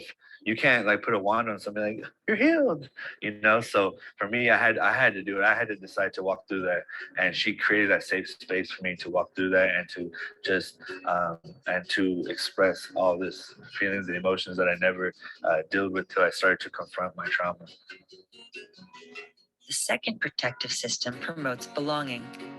It's important to nurture relationships with caring individuals who are trauma-informed. Meredith Kieschnick is a pediatrician for Santa Rosa Community Health Centers. She explains the difference that a caring, attentive healthcare provider can make for someone who has experienced trauma. The things that help the most are relationships, healing relationships. So if a provider just kind of blows you off, my mother was an alcoholic, and it's just oh, okay, right?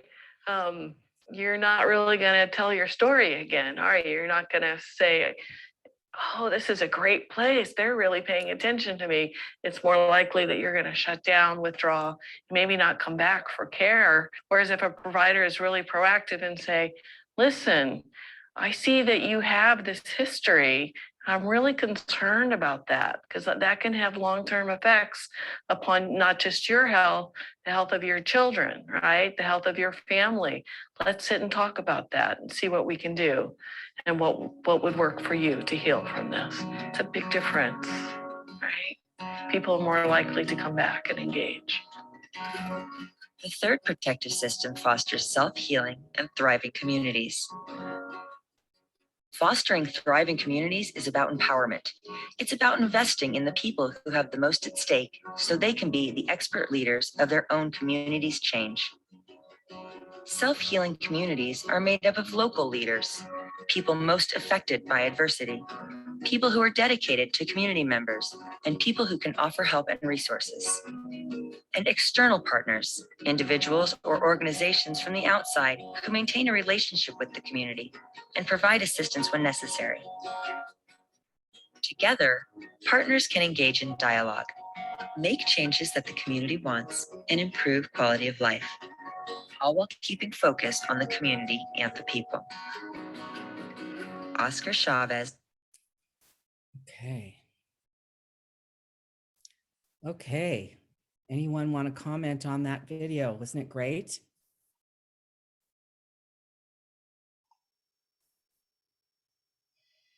For me, it takes everything about the ACEs study and just brings it home in 28 minutes, right? Yes, it is an excellent video. And again, doesn't it, I feel like I could show it to a school board member. I could show it to a behavioral health provider, a parent, a grandparent, elders group, whatever. And everyone would glean some wisdom and some knowledge from that. What we have to talk about now, though, is that what ACEs didn't measure was that sort of social location and local context. It didn't look at structural or historical trauma. It didn't look at racism, the impacts of racism and discrimination. It really focused on those sort of primary childhood domains. And so that as we think about the impacts of trauma, we have to really do and think about the historical and current context for American Indian people patients that we work with. There have been some ACE studies in Indian country. This is one particular one where there was 1,660 enrolled tribal members in 7 tribes. The original study you heard, the doctor quotes 63% had at least 1, 12% had at least 4. In Indian country, it's a lot higher, obviously. 86% of us have at least one ACE, and 33% of us have had ACEs, 4 or more ACEs, which is very high. We have a colleague in Spokane, Washington, who did a Sentinel study of the Head Start children in Spokane, and Sentinel reporters were caregivers, and they were the people that who knew the what had happened to the child. It wasn't if you suspected, it was if you knew. And those 3 and 4-year-olds had ACE scores of 3 and 4 already. So trauma is very prevalent. More studies in any country. You guys are going to receive this PowerPoint, so you'll be able to check out these studies at your leisure. All right, this is a good place to take a look, and then we'll end with looking at understanding trauma in primary care settings. So how long is our break this time, Annie? Should we take another 5 minutes? Okay. Or do we need 10? What do people say? Let us know. 5 or 10? 10. All right, 10 it is. Thank you. Thank you for your participation. 10 minutes. We'll see everybody back here at 10 after 10. Thank you.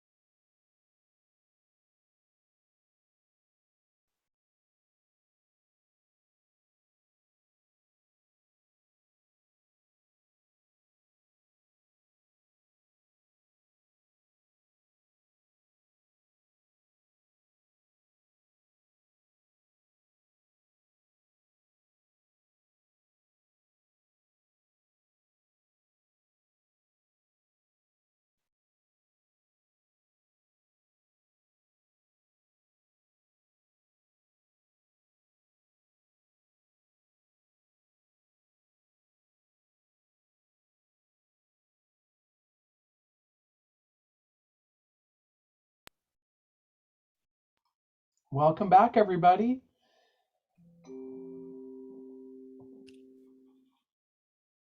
Okay, let's bring it home.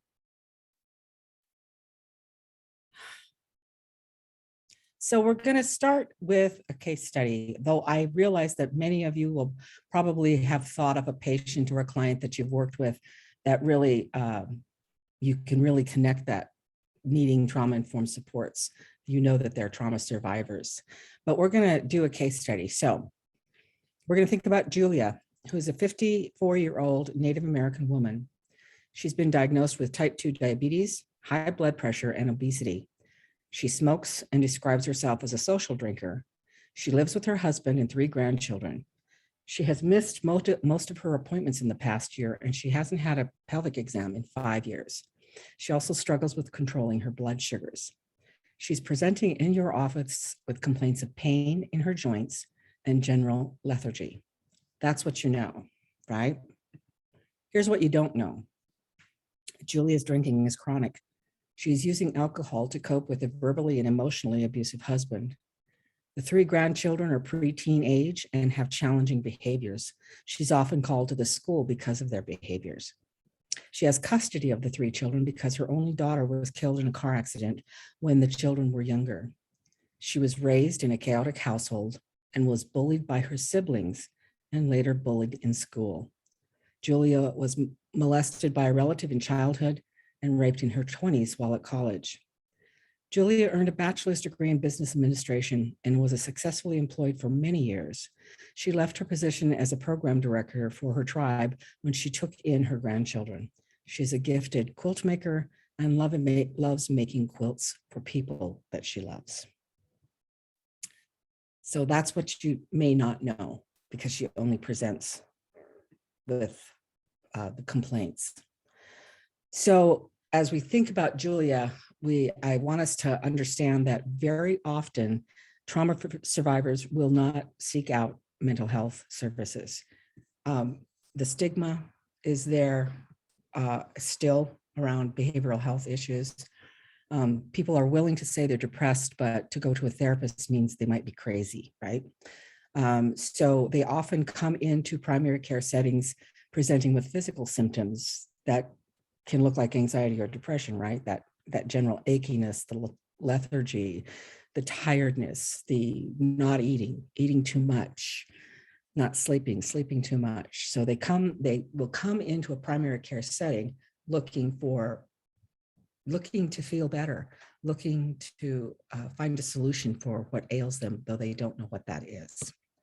So very often, they're not aware, and we're not aware as primary care providers that some of those physical complaints could be connected with the trauma histories.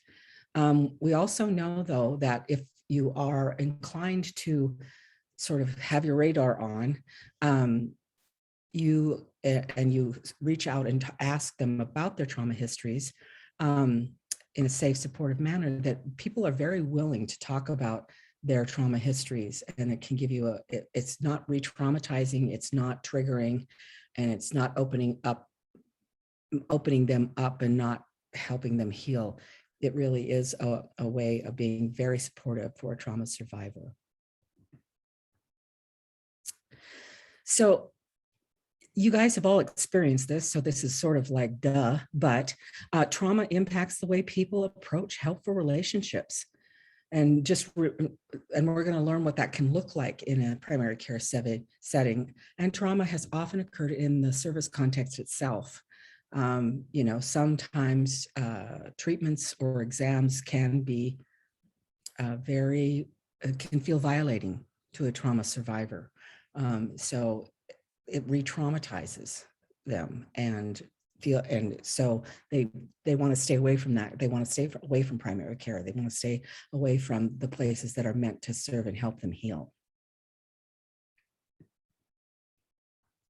So again, we don't know what we don't know, right? Julia comes in and we know that as we look at her chart that she has uncontrolled diabetes, that she's obese and can't seem to lose weight. And we're most concerned because of her age that she hasn't had a pelvic exam in 5 years. But that's all we know, right? And now she's presenting with pain and lethargy. We could probably do some blood tests to see if she has rheumatoid arthritis. But maybe we could start with thinking about what that looks like. So the other key piece, so I used to work in primary care, clinical side at IHS in my home community many years ago. And I wish I would have known then what I know now. Golly, it would have just made everything easier. I had no idea that trauma survivors can often present as irritable or hostile. That there are frequent missed appointments, or they're demanding of care right now. I'm in pain right now. I'm hurting right now. I'm sick right now. I insist on being seen. So that's either they're reluctant to discuss what's really going on with their symptoms, or they're demanding that you meet their needs now. That there's that confusion and poor memory. I think I told that, I don't know if I told this earlier or if I told it yesterday. I know I told it yesterday, but I can remember a doctor saying to me, I don't know how many times I've told her how many units of insulin she needs to take when her blood sugars are at this level. I didn't know then, he didn't know then. Trauma survivors have a lot of confusion and very often poor memory. And it's not that they don't care about their own health or that they're non-compliant, right? They're not trying to misbehave as patients and not take your treatment seriously, but they just really don't remember. There's often poor self-care among them, and they present, and I think this is a key piece, at least it was for my reservation, 25 years ago, and I think it continues today, where people label some of our patients as drug seekers because they come presenting with pain issues. And it might not be that they're drug seekers because you can't find any organic reason why they're in pain. It might be literally associated with their trauma that's, bloomed into depression, but their trauma histories, they might have some pains because of that. And the other thing is, this one with this photo here of this lady really, really, really brought it home to me. I can remember how triggering, I wouldn't have used this language way back then, sometimes our patients sat in that waiting room for 3.5 hours or 4 hours before they were seen. And we never thought to go out and say, hey, our doc was called next door for a car wreck, emergency. Everybody's going to be seen. It's just going to take a little while, right? Instead, we ignored them. We would come out to go to the pharmacy, or we would come out to go to the lab, and we wouldn't make eye contact. So because we didn't want to answer, like, how long, when am I going to be seen? It was like, we don't know. We're just working hard. So just understanding that being ignored causes that same chemical reaction in our patients and in our brain that as experiencing a physical injury. It hurts deeply. It hurts deeply. So that by the time they get back to the provider, that therapeutic alliance is impossible to create simply just because they're in a waiting room too long, that sort of thing. So interrupt me if you've got examples of when you've experienced some of the things that I've experienced, or whatever. So again, reminding us that sometimes exams or procedures might be considered routine by us, right? Can be distressing to the patient. I am reminded of a toddler whose mother brought and kept presenting with ear infections. And finally, our lab director grew the bacteria out in a petri dish because it wasn't responding to any of the like amoxicillin or whatever. It wasn't responding to the treatment, and it grew out syphilis.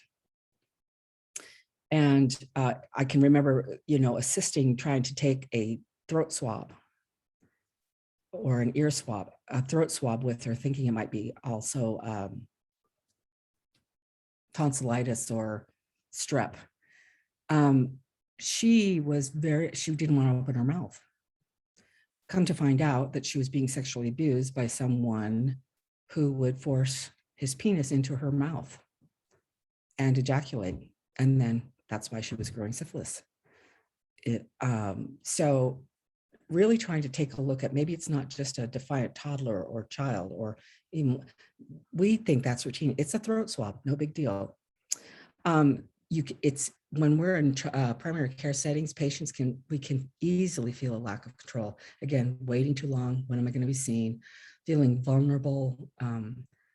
What's the doc going to say? My blood sugars are going to be out of control. Is he going to, be mad at me? Is he going to yell at me? Is she going to sanction me somehow?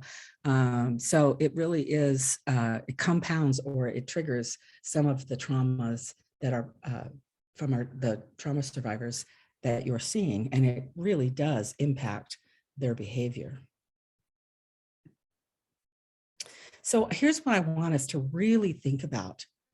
Is some of the behaviors that are either hostile or problem behaviors, is it really non-compliance? What may be actually the manifestation or symptoms of trauma or coping skills that serve them for surviving? So avoidance, right? Frequently missed appointments, disengagement from care. Like the lady was describing in the video, if I come and you don't attend to some of my history about who I am, and you ignore that in order to run a test and give me a medication, I may disengage from care. So again, viewing the patient behavior through trauma-informed lens really does help us understand our patients better.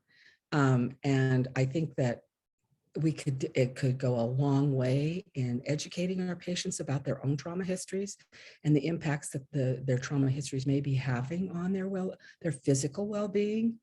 And sort of being able to help them identify triggers, help them identify healthy coping strategies, help them identify situations that they find traumatic or triggering. That sort of thing can go a long way in developing that alliance, but also creating opportunity for not just physical healing, but their emotional, psychological, and spiritual healing too, which is really, honestly, when they're coming to us, that's what they're looking for. I know they can't be all things to all people, but just knowing that that's their unspoken or even not understood. They're looking for health. They're looking for healing. They're looking for wholeness. They just don't know how to ask because they don't know what it is. And we can help them find out what it is if we're willing to turn and think about the impacts of trauma on their well-being.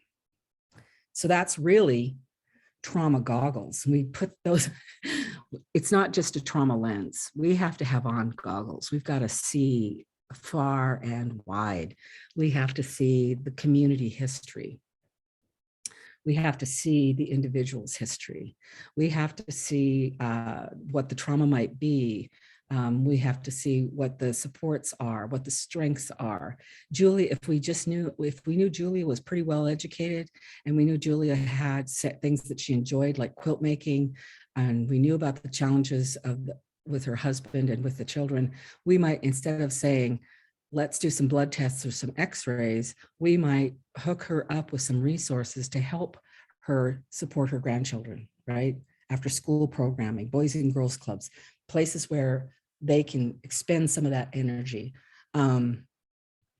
She might be, if you understood that she had issues with sexual abuse and rape, then you could talk her through and the pelvic exam and maybe do it in a way that keeps her comfortable, right? Continuously asking, is this comfortable for you? That sort of thing could go a long way in getting that pelvic exam instead of her just not showing up. So we have to understand that there is a transmission of healing also, and it can come through primary care, and it can come through, Rebecca says that seems that setting the stage is so important to trauma survivors that are coming to our healthcare services, allowing them time to orient and understand what is going to happen and why before beginning with our questions and addressing what we need to address, attending to them. Yes, the time limits are hard. Part of becoming a trauma-informed system or agency is really looking not just at the one-on-one encounters and how to be better trauma-informed, but looking at policies and procedures, right? You know, I can remember did not keep appointment writing across a patient's chart because they'd missed their third appointment. And if they missed their third appointment, they could not make another appointment for 6 weeks because they were non-compliant and they were interrupting the system, right? So, and then we would change dates and times. It would be well child on Wednesday mornings and suddenly well child was on Friday mornings. And I can remember the charge nurse, she said, she was like, she wants to come in with her well child. It's a Wednesday. We haven't had well child on Wednesday for 6 months. And sort of like, you know, I was a community member before I came to work here, and it felt like this clinic was changing their times and schedules all the time. You guys are back here and you know what's happening every single day, but the community doesn't. And, you know, your little posters or your little things in the local tribal paper, some of us don't read them, or some of us don't pay attention to those ads. We're looking at, you know, the tribal minutes or whatever. It's those kinds of things, really setting that stage. We had the director of SAMHSA was asked once, what do you mean by trauma-informed? And she said, from the time that person enters the door, the one person that's just as important or maybe even more important than that provider in the back is the person who's sitting out in the front desk, who is either welcoming and thoughtful and helpful, or they're, I'll just think about, I hope you guys watch Reservation Dogs. The reception or the appointments clerk at the IHS, we had one of those. This lady was nice compared to the one that we had, but that's who the people would have to go up. What's your chart number? What are you here for? And it just is not helpful, right? People were triggered before they even sat down. So just being cognizant that changing the policies and procedures of, if you can't make it, you still can make an appointment. If you're late, you know, having someone say, let me check to see if we can get you in. Going back, checking. If you're willing to wait for a half an hour, she can get you in at 3:30. Because I know you really want us, and she really wants to see you. Just making those minor adjustments, those humane adjustments that seem to be so difficult in healthcare. I have a question, Marilyn. Yeah. Rebecca, what suggestions do you have to encourage, you know, our relatives to be responsible, you know, come to their appointments or call ahead of time, or many of them will remind them even the day of, and they'll plan on coming, but something happens in between 9 a.m. and 2 p.m. and they don't arrive without notifying us. Do you have techniques or any suggestions you could give to us? I think that what I just described on changing some policies and procedures, I think that trying to create that from the front door till you see a provider, really having some truly authentically gentle handoffs as they go through the process will make the place a place where they aren't triggered, aren't afraid, aren't stressed about. Going to a doctor's appointment is incredibly stressful, right? It's your well check, right? Your once a year exam, and what's the doc going to tell me about my cholesterol levels? Dang it, you know, that it's very stressful. And so just understanding that, particularly for trauma survivors, I would hazard to guess that if that these sorts of encounters they're still going to be triggered, they're still going to behave in particular ways. But if it becomes sort of a normal way of dealing with patients, that they will start showing up, that they will start letting you know, especially if, you know, a provider says, you know, I really want to see you in 6 weeks. It would be, you know, this is what we're hoping for. It's been really good to see you today. So glad you came in. I realize that there's not a lot of time to be human or have some humanity, but if it becomes the norm and it doesn't become a rote statement. For instance, I've seen a primary care provider who was really uncomfortable with a question around violence. And so she turned and she said, "Do you feel safe in your house?" And I was like, "I do, but if I didn't, because of the way you asked that question, I wouldn't tell you the truth, right? If I wasn't safe." So it is taking the time to add that humanity to the way that we engage with our patients. And that seems cliche and it seems low cost, but it has high impact, right? We always think it's going to be some sort of magic medication or strategy that's just going to change the whole environment. And it's just darn hard work to change the environment. And you just have to keep consistently doing it and being consistent in not changing up times and dates, not changing the way you take appointments, not changing, you know what I mean? And if you do, talking to your patients about it, because they're talking to the community, right? Oh, they're letting you do this now. Oh, okay, good to know. Maybe I will go in then. That sort of thing. Sorry, I don't have anything concrete. That being trauma informed is basically bringing out our own humanity and engaging with other human beings in a way that's nurturing and loving and connecting.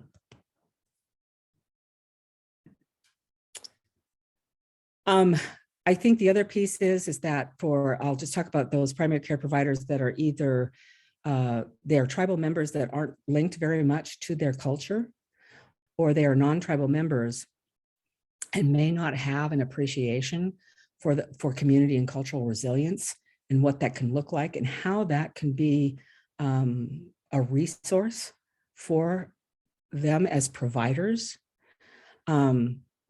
So just really thinking about what that looks like in that community, even we're going to talk about what we should look for in an urban setting. So just knowing that, reaching out, thinking about, finding out who those cultural and spiritual teachers and leaders are, because knowing that, you know, we have preserved our distinctness, we're still here, we're a strong people, no matter what we've experienced. So here, again, it's back to that question you asked, Rebecca.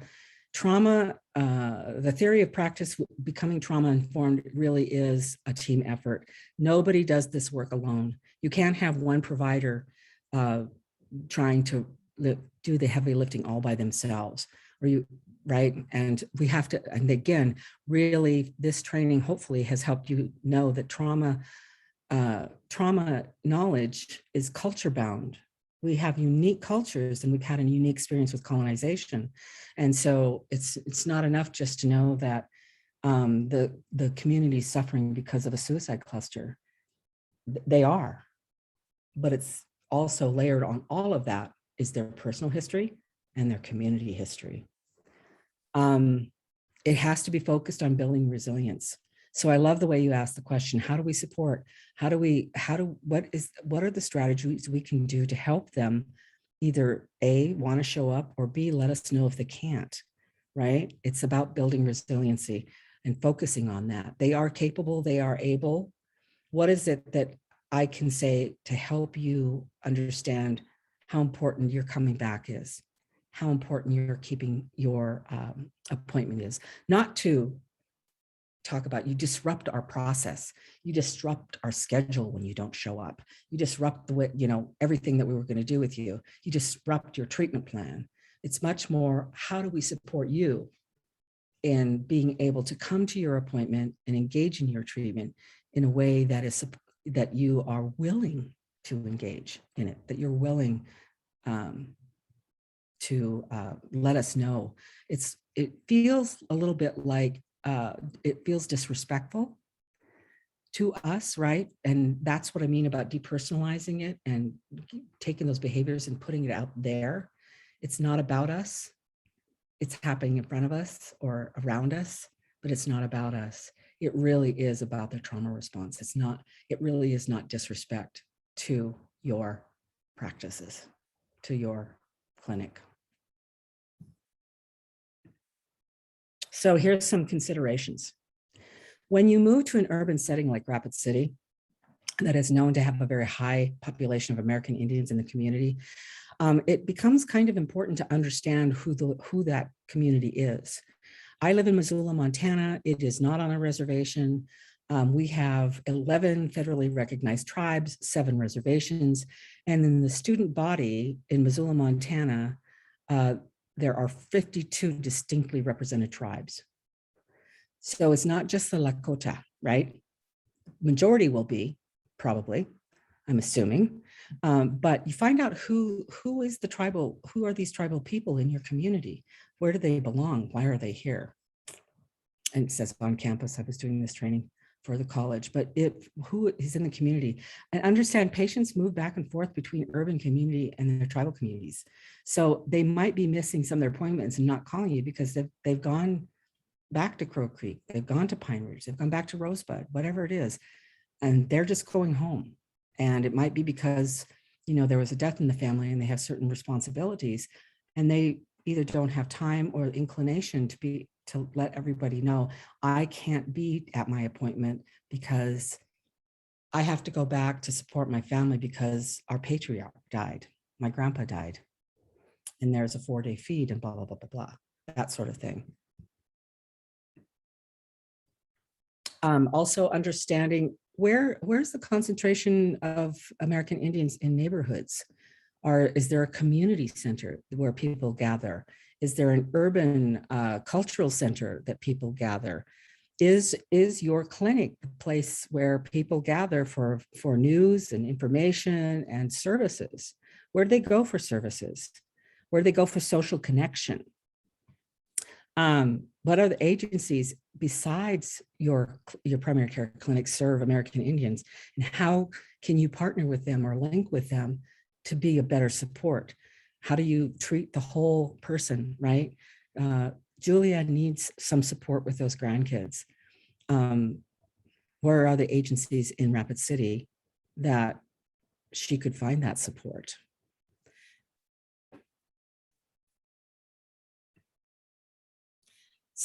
Here's some fundamentals questions that I would like us to ask ourselves when working in urban settings. What are the challenges of the urban and rural tribal people in communities? What are the barriers to access to care? What are the challenges that they face around racism or discrimination in your city? How do other community agencies respond to the needs?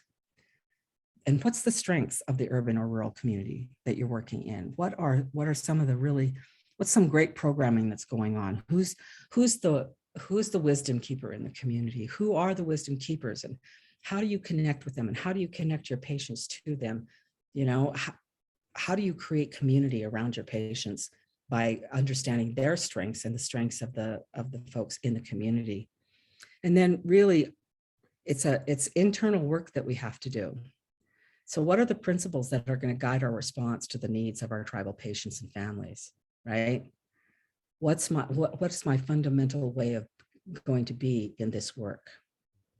How am I going to support myself as I support my patients? What do I need for my own well-being so that I can to walk in my ethics, right? To walk in the principles that I want to embody as I do this work. I'm going to need support because it erodes, resiliency erodes unless we continue to support it, right? Not just for our patients in our communities, but for ourselves. So these are some fundamental questions that you've got to really think and sit with as you do this work, because I don't think you can roll out of bed and grab a coffee and you're not going to serve yourself. You won't last long. How do you come to love this community? How do you come to love this population?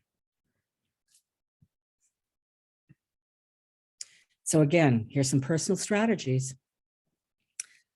Really willing, it's okay to not know, right?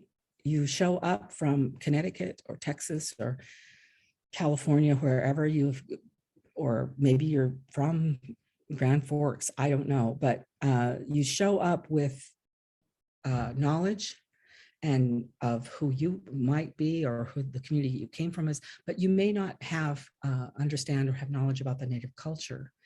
And really understanding that sometimes when Native people come to you, there is some anxiety about how you perceive them, how you by perceive, like think or view them, right? And they're afraid of being stereotyped. Maybe I'm a Pentecostal Christian and I've been raised in Rapid City, though I'm Lakota from Pine Ridge. My family's from Pine Ridge, and I continue to go back there for family gatherings and things like that. But I don't want you to think that I'm a ceremonial person. So you have to find out who I am before you suggest I go to sweat, right? Because that might not be my way. Or it might be that you should ask if there's any sorts of, for chronic headaches, for example, is there any sort of native medicines that can do the same job as an ibuprofen, right? Annie was talking about a balm, an analgesic that I really want to get for sore muscles. Understanding the differences between American Indian people in their level of identification and connectedness, right? So they might be very connected, very traditional, very spiritual. I am a colonized Indian. I was raised on my reservation. I stayed there and raised my children there. And when I was 50, I left, but I was raised by a grandmother who did not want her children raised in any traditional way at all. She saw it as a barrier to our well-being instead of seeing it as a place for us to grow up with identity and with connections to our relatives. So although I know these things and I know these people and I return home and I participate in ceremonies and in social gatherings, I don't present that way, right? So you really do have to ask me and not assume that I don't connect sometimes with my culture, but also don't assume that I don't or do or don't. Really have to look at your own worldview. And change some of your paradigms. I think it's really, there was that joke, Indian time. Oh, he's on Indian time, or we're on Indian time. Okay, this is true. Many of our elders and our spiritual and cultural teachers might show up late. But again, what's your paradigm? It's like, I have a nail tech, right? So and I also have a hairdresser in the same shop. And I quit one hairdresser because this is my Western European colonized way of being in the world, because I would be there at 10 to the hour and she would be 5 minutes late, 10 after the hour, or 5 after the hour. And for me, that I translated that, and I realized that I was translating that as disrespectful of my time. So I talked to her about it and said, it feels disrespectful. I really need you to show up on time. I'm, if I'm on time, I'm late. It didn't work out, but it's just, that's my paradigm. And I now have learned, as I have aged working in tribal communities, that when it starts is when whoever's supposed to be here gets here, right? I don't know who that is. I've had to take a look at that paradigm and let that go when I'm in a tribal setting, because what's meant to happen will happen. Who's meant to be here will be here. It will start and end when it's supposed to, and that's okay. And then that's part of cultural humility, that lack of consciousness of time is not less than, or is not a detriment, or is not something that I should judge as sort of I can't think of words today, as something to be overcome. I must have the cultural humility to understand that relationship is much, much, much more important than time, and appreciate all that is and all that means. So here's bringing it home. So this is a typical American Indian family, and these are all of the kinds of people that you might see in your clinic. And it becomes very, very important to not make assumptions. I think the little gal in pink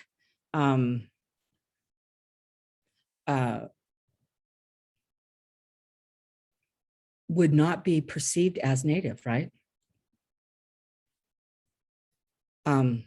Oops. So just not making assumptions about their cultural connectivity and their ethnicity, ethnic identity. Here's some final considerations.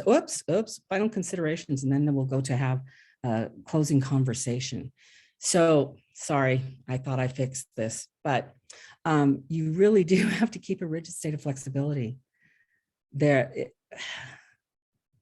If you try to stay to a literal program at the expense of relationship, you are going to become frustrated. You will experience secondary traumatic stress symptoms. And for me, I left the profession because I went towards the mental health, wanting to go further upstream. So there's that. So keep a rigid state of flexibility. We have to adapt the way that we communicate with tribal people, with tribal program folk, with tribal leadership. And we have to change our expectations of what success is. And it's not less than, it's just different. I always like to say to faculty at the University of Montana, American Indian students need extra supports. And they go, yes, they do. I say, oh, no, so do white students. It just looks different, right? You know how to support a white student. You need to learn how to support a Native student, because neither is better than the other. It's just different. So again, thinking about how do we build staff and program capacity? How do we support one another? What kinds of procedural changes can we make? How do we find out what procedural changes we need to make? Let's start there for better outcomes for our patients and their families. We have to be willing to change our processes to include accommodating the needs of our patients.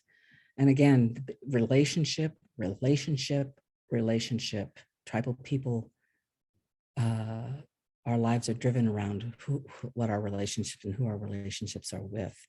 And we're looking for connection, and we're looking for allies, right? We want long-term commitment to our care and to the support that we need for our well-being for our children.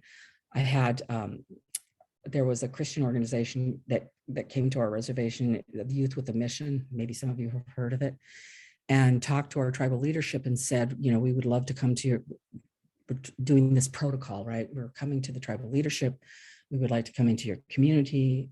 We would like to be a presence in your community, serve your kids and your families in any way we can.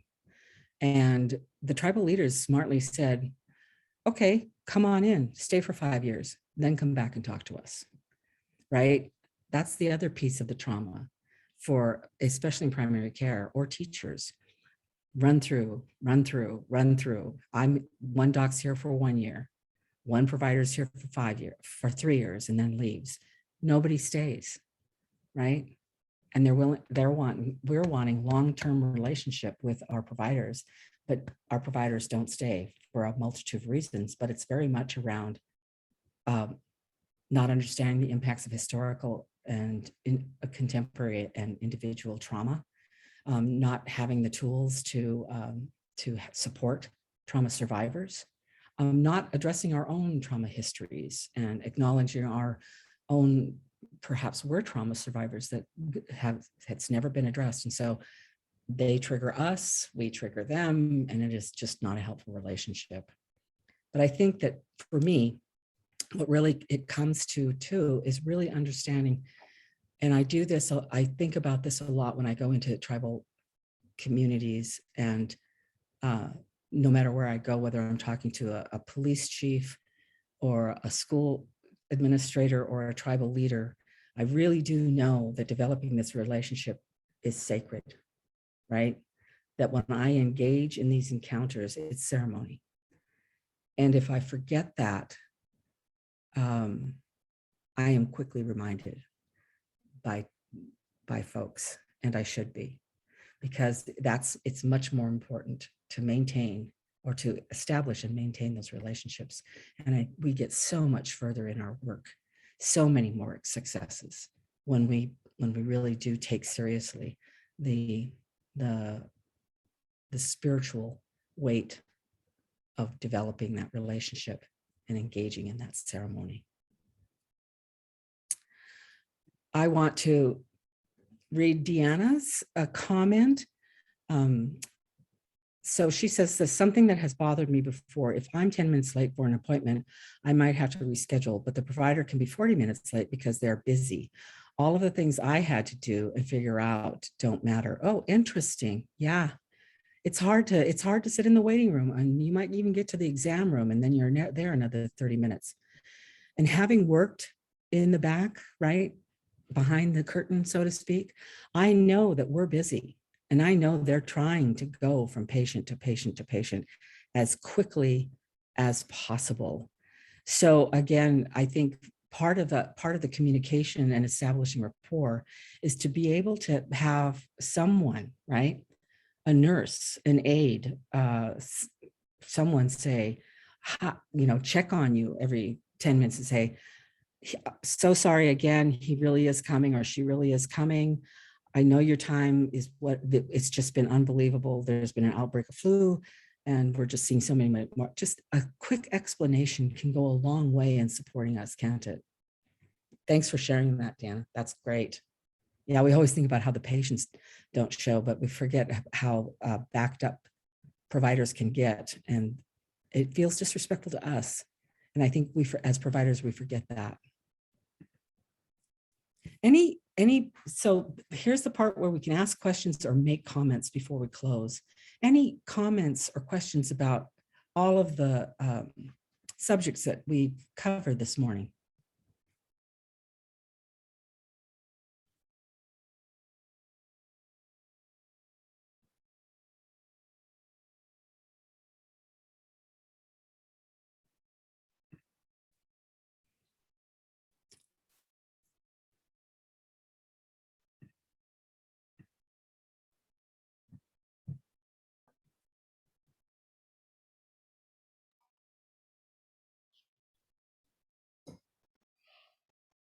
We have a quiet group. Oh, please go ahead. I just want to notate, though, the resiliency of our American Indian population. So despite a lot of these unfortunate,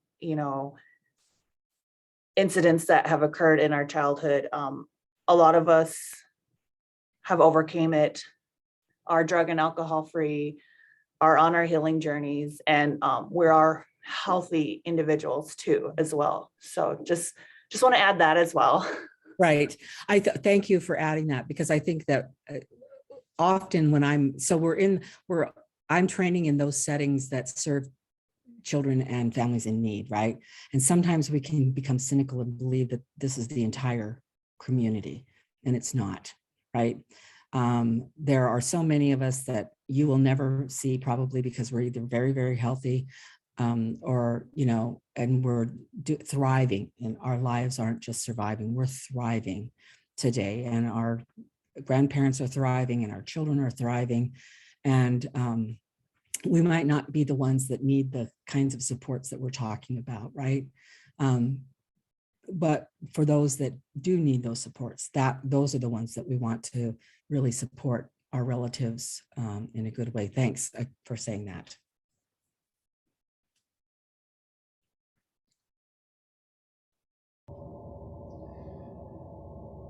Marilyn, would you like me to read Sarah's, or would you like to? Go ahead. So another comment from Sarah Barrett says, I just want to say that when we are working with those affected by trauma, I think it's important to meet them where they are at, not expect them to meet us where we are. They have so many other life circumstances that they may be dealing with that making an appointment on time is the furthest thing on their mind. And then another, thank you, Sarah, for that. Yes. Absolutely.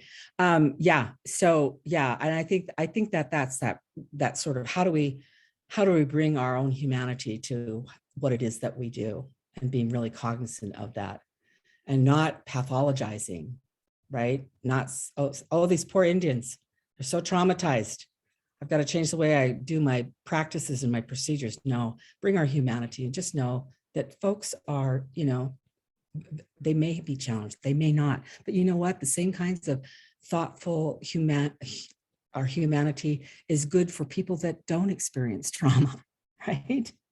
It creates a therapeutic connection with them too. So it's not as if we have to have special behaviors or special ideas or special procedures. It's good for everyone, right? It's not just addressing the needs of a student in a classroom who's been traumatized. Whatever accommodations we need to make in that classroom that support that student is good for the students that have no trauma histories. We have to think about that. Thank you, Mary. I hope everyone was able to take it all in. I know. So this is probably where we, yes. Yes, thank you, Rebecca. Yes, that some people are triggered by proximity, and we don't know that, or they're triggered by touch. So I always give the example of a teacher who's trying to be, knows who they are and knows they're a safe adult, who wants to be really extra supportive and to this student, and leans into the student close to say, good job. And what she doesn't know, or he doesn't know, is that proximity triggers the student, and all of this, her good job triggers him, and he, stands up and throws a desk and walks out of class. And she just thinks, what a jerk, or he hates me, or, whatever, right? And it really is understanding what can be a trauma trigger. And so being cognizant of proximity, touch, sounds, smells, songs. I know there are songs that trigger beautiful memories for me, and there are songs that trigger not so beautiful memories for me. So, Mary, what I was starting to say is that this was just a quick, I was hoping to be in the community with you all, which is unfortunate. I was exposed to COVID, so I didn't want to bring that to your state, or your community. But we're hoping that we will continue on with this work of becoming trauma-informed through the Circles of Care grant. But Annie, you can talk more about that. Marilyn, thank you so much. If I can take a minute of time here, I'd like to share a quick story. As many of you know, I am one of the co-leads for our Native community response team, and I got called out into the community late yesterday with a situation, and there were 4 individuals from different organizations that were engaged. The sheriff's office was there, the police department was there. It was a dad engaged with, a child, and it was a mess. And it could have been a lot messier. And what was amazing was that there was 4 individuals that, as you described, Marilyn, showed up with their humanity, just deep in their humanity. This was at 5:30 at night. The leader of the one organization had their staff stay, had this individual seek safety inside their building, lock the building until the police department, which took, it took 40 minutes for the police to get there. And then this individual had to be served with some papers by the sheriff's office, and this little child was there, and it was just heartbreaking. And because law enforcement was involved, it could have been a really different situation. And there was 2 different examples of law enforcement that showed up even. And I am so grateful for the hours and weeks and months, years of trauma-informed care that I've had and get to be a part of, because it informs how we respond every single day. And it turned out to be an amazing situation, and it's an ongoing thing, but I just am so appreciative. We had more than 61 people participate today. Thank you for that. This is brought to you by the Circles of Care and the WAY grant out of Great Plains Tribal Leaders Health Board. There's many of us that are on this team. I want to acknowledge Gene Tyon and his leadership, and Rebecca Leslie, Dr. Mark Harlow, Todd Warren, Ricky Chad, and of course our fearless leader, Geraldine Church, for really encouraging this and supporting us and bringing all this forward. The trauma-informed care training and assessments and engagement will continue, and there'll be more that comes forward. Anybody that has any particular feedback that goes beyond the survey that you will receive, please do not hesitate to get hold of me or your leadership, and then the leadership can get hold of myself. Dr. Marilyn, thank you so very much. I really enjoy doing trainings with you. I appreciate the place that you come from and the manner in which you present really difficult material. And again, thank you to all of you. Please take a moment for your own self-care today. Drink some water, take a walk, talk to one another. If you need support, because this can be triggering, please do not hesitate to reach out. We thank you all for everything. And Jean, will you please close us out with some words of encouragement?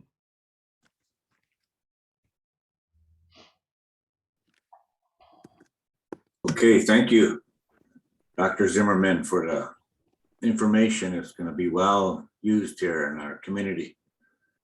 That was a very good presentation. I want to thank you, Annie, for setting this up for us and doing all the technical and everything you did was right on schedule here. So appreciate your help.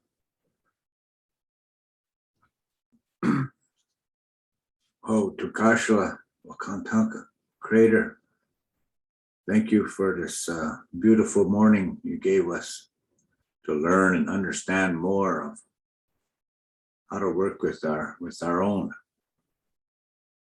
I humbly ask you be with Dr. Zimmerman on her travels and her work and her studies and her research. And be with each and every one of us as we retain this information was specifically for us.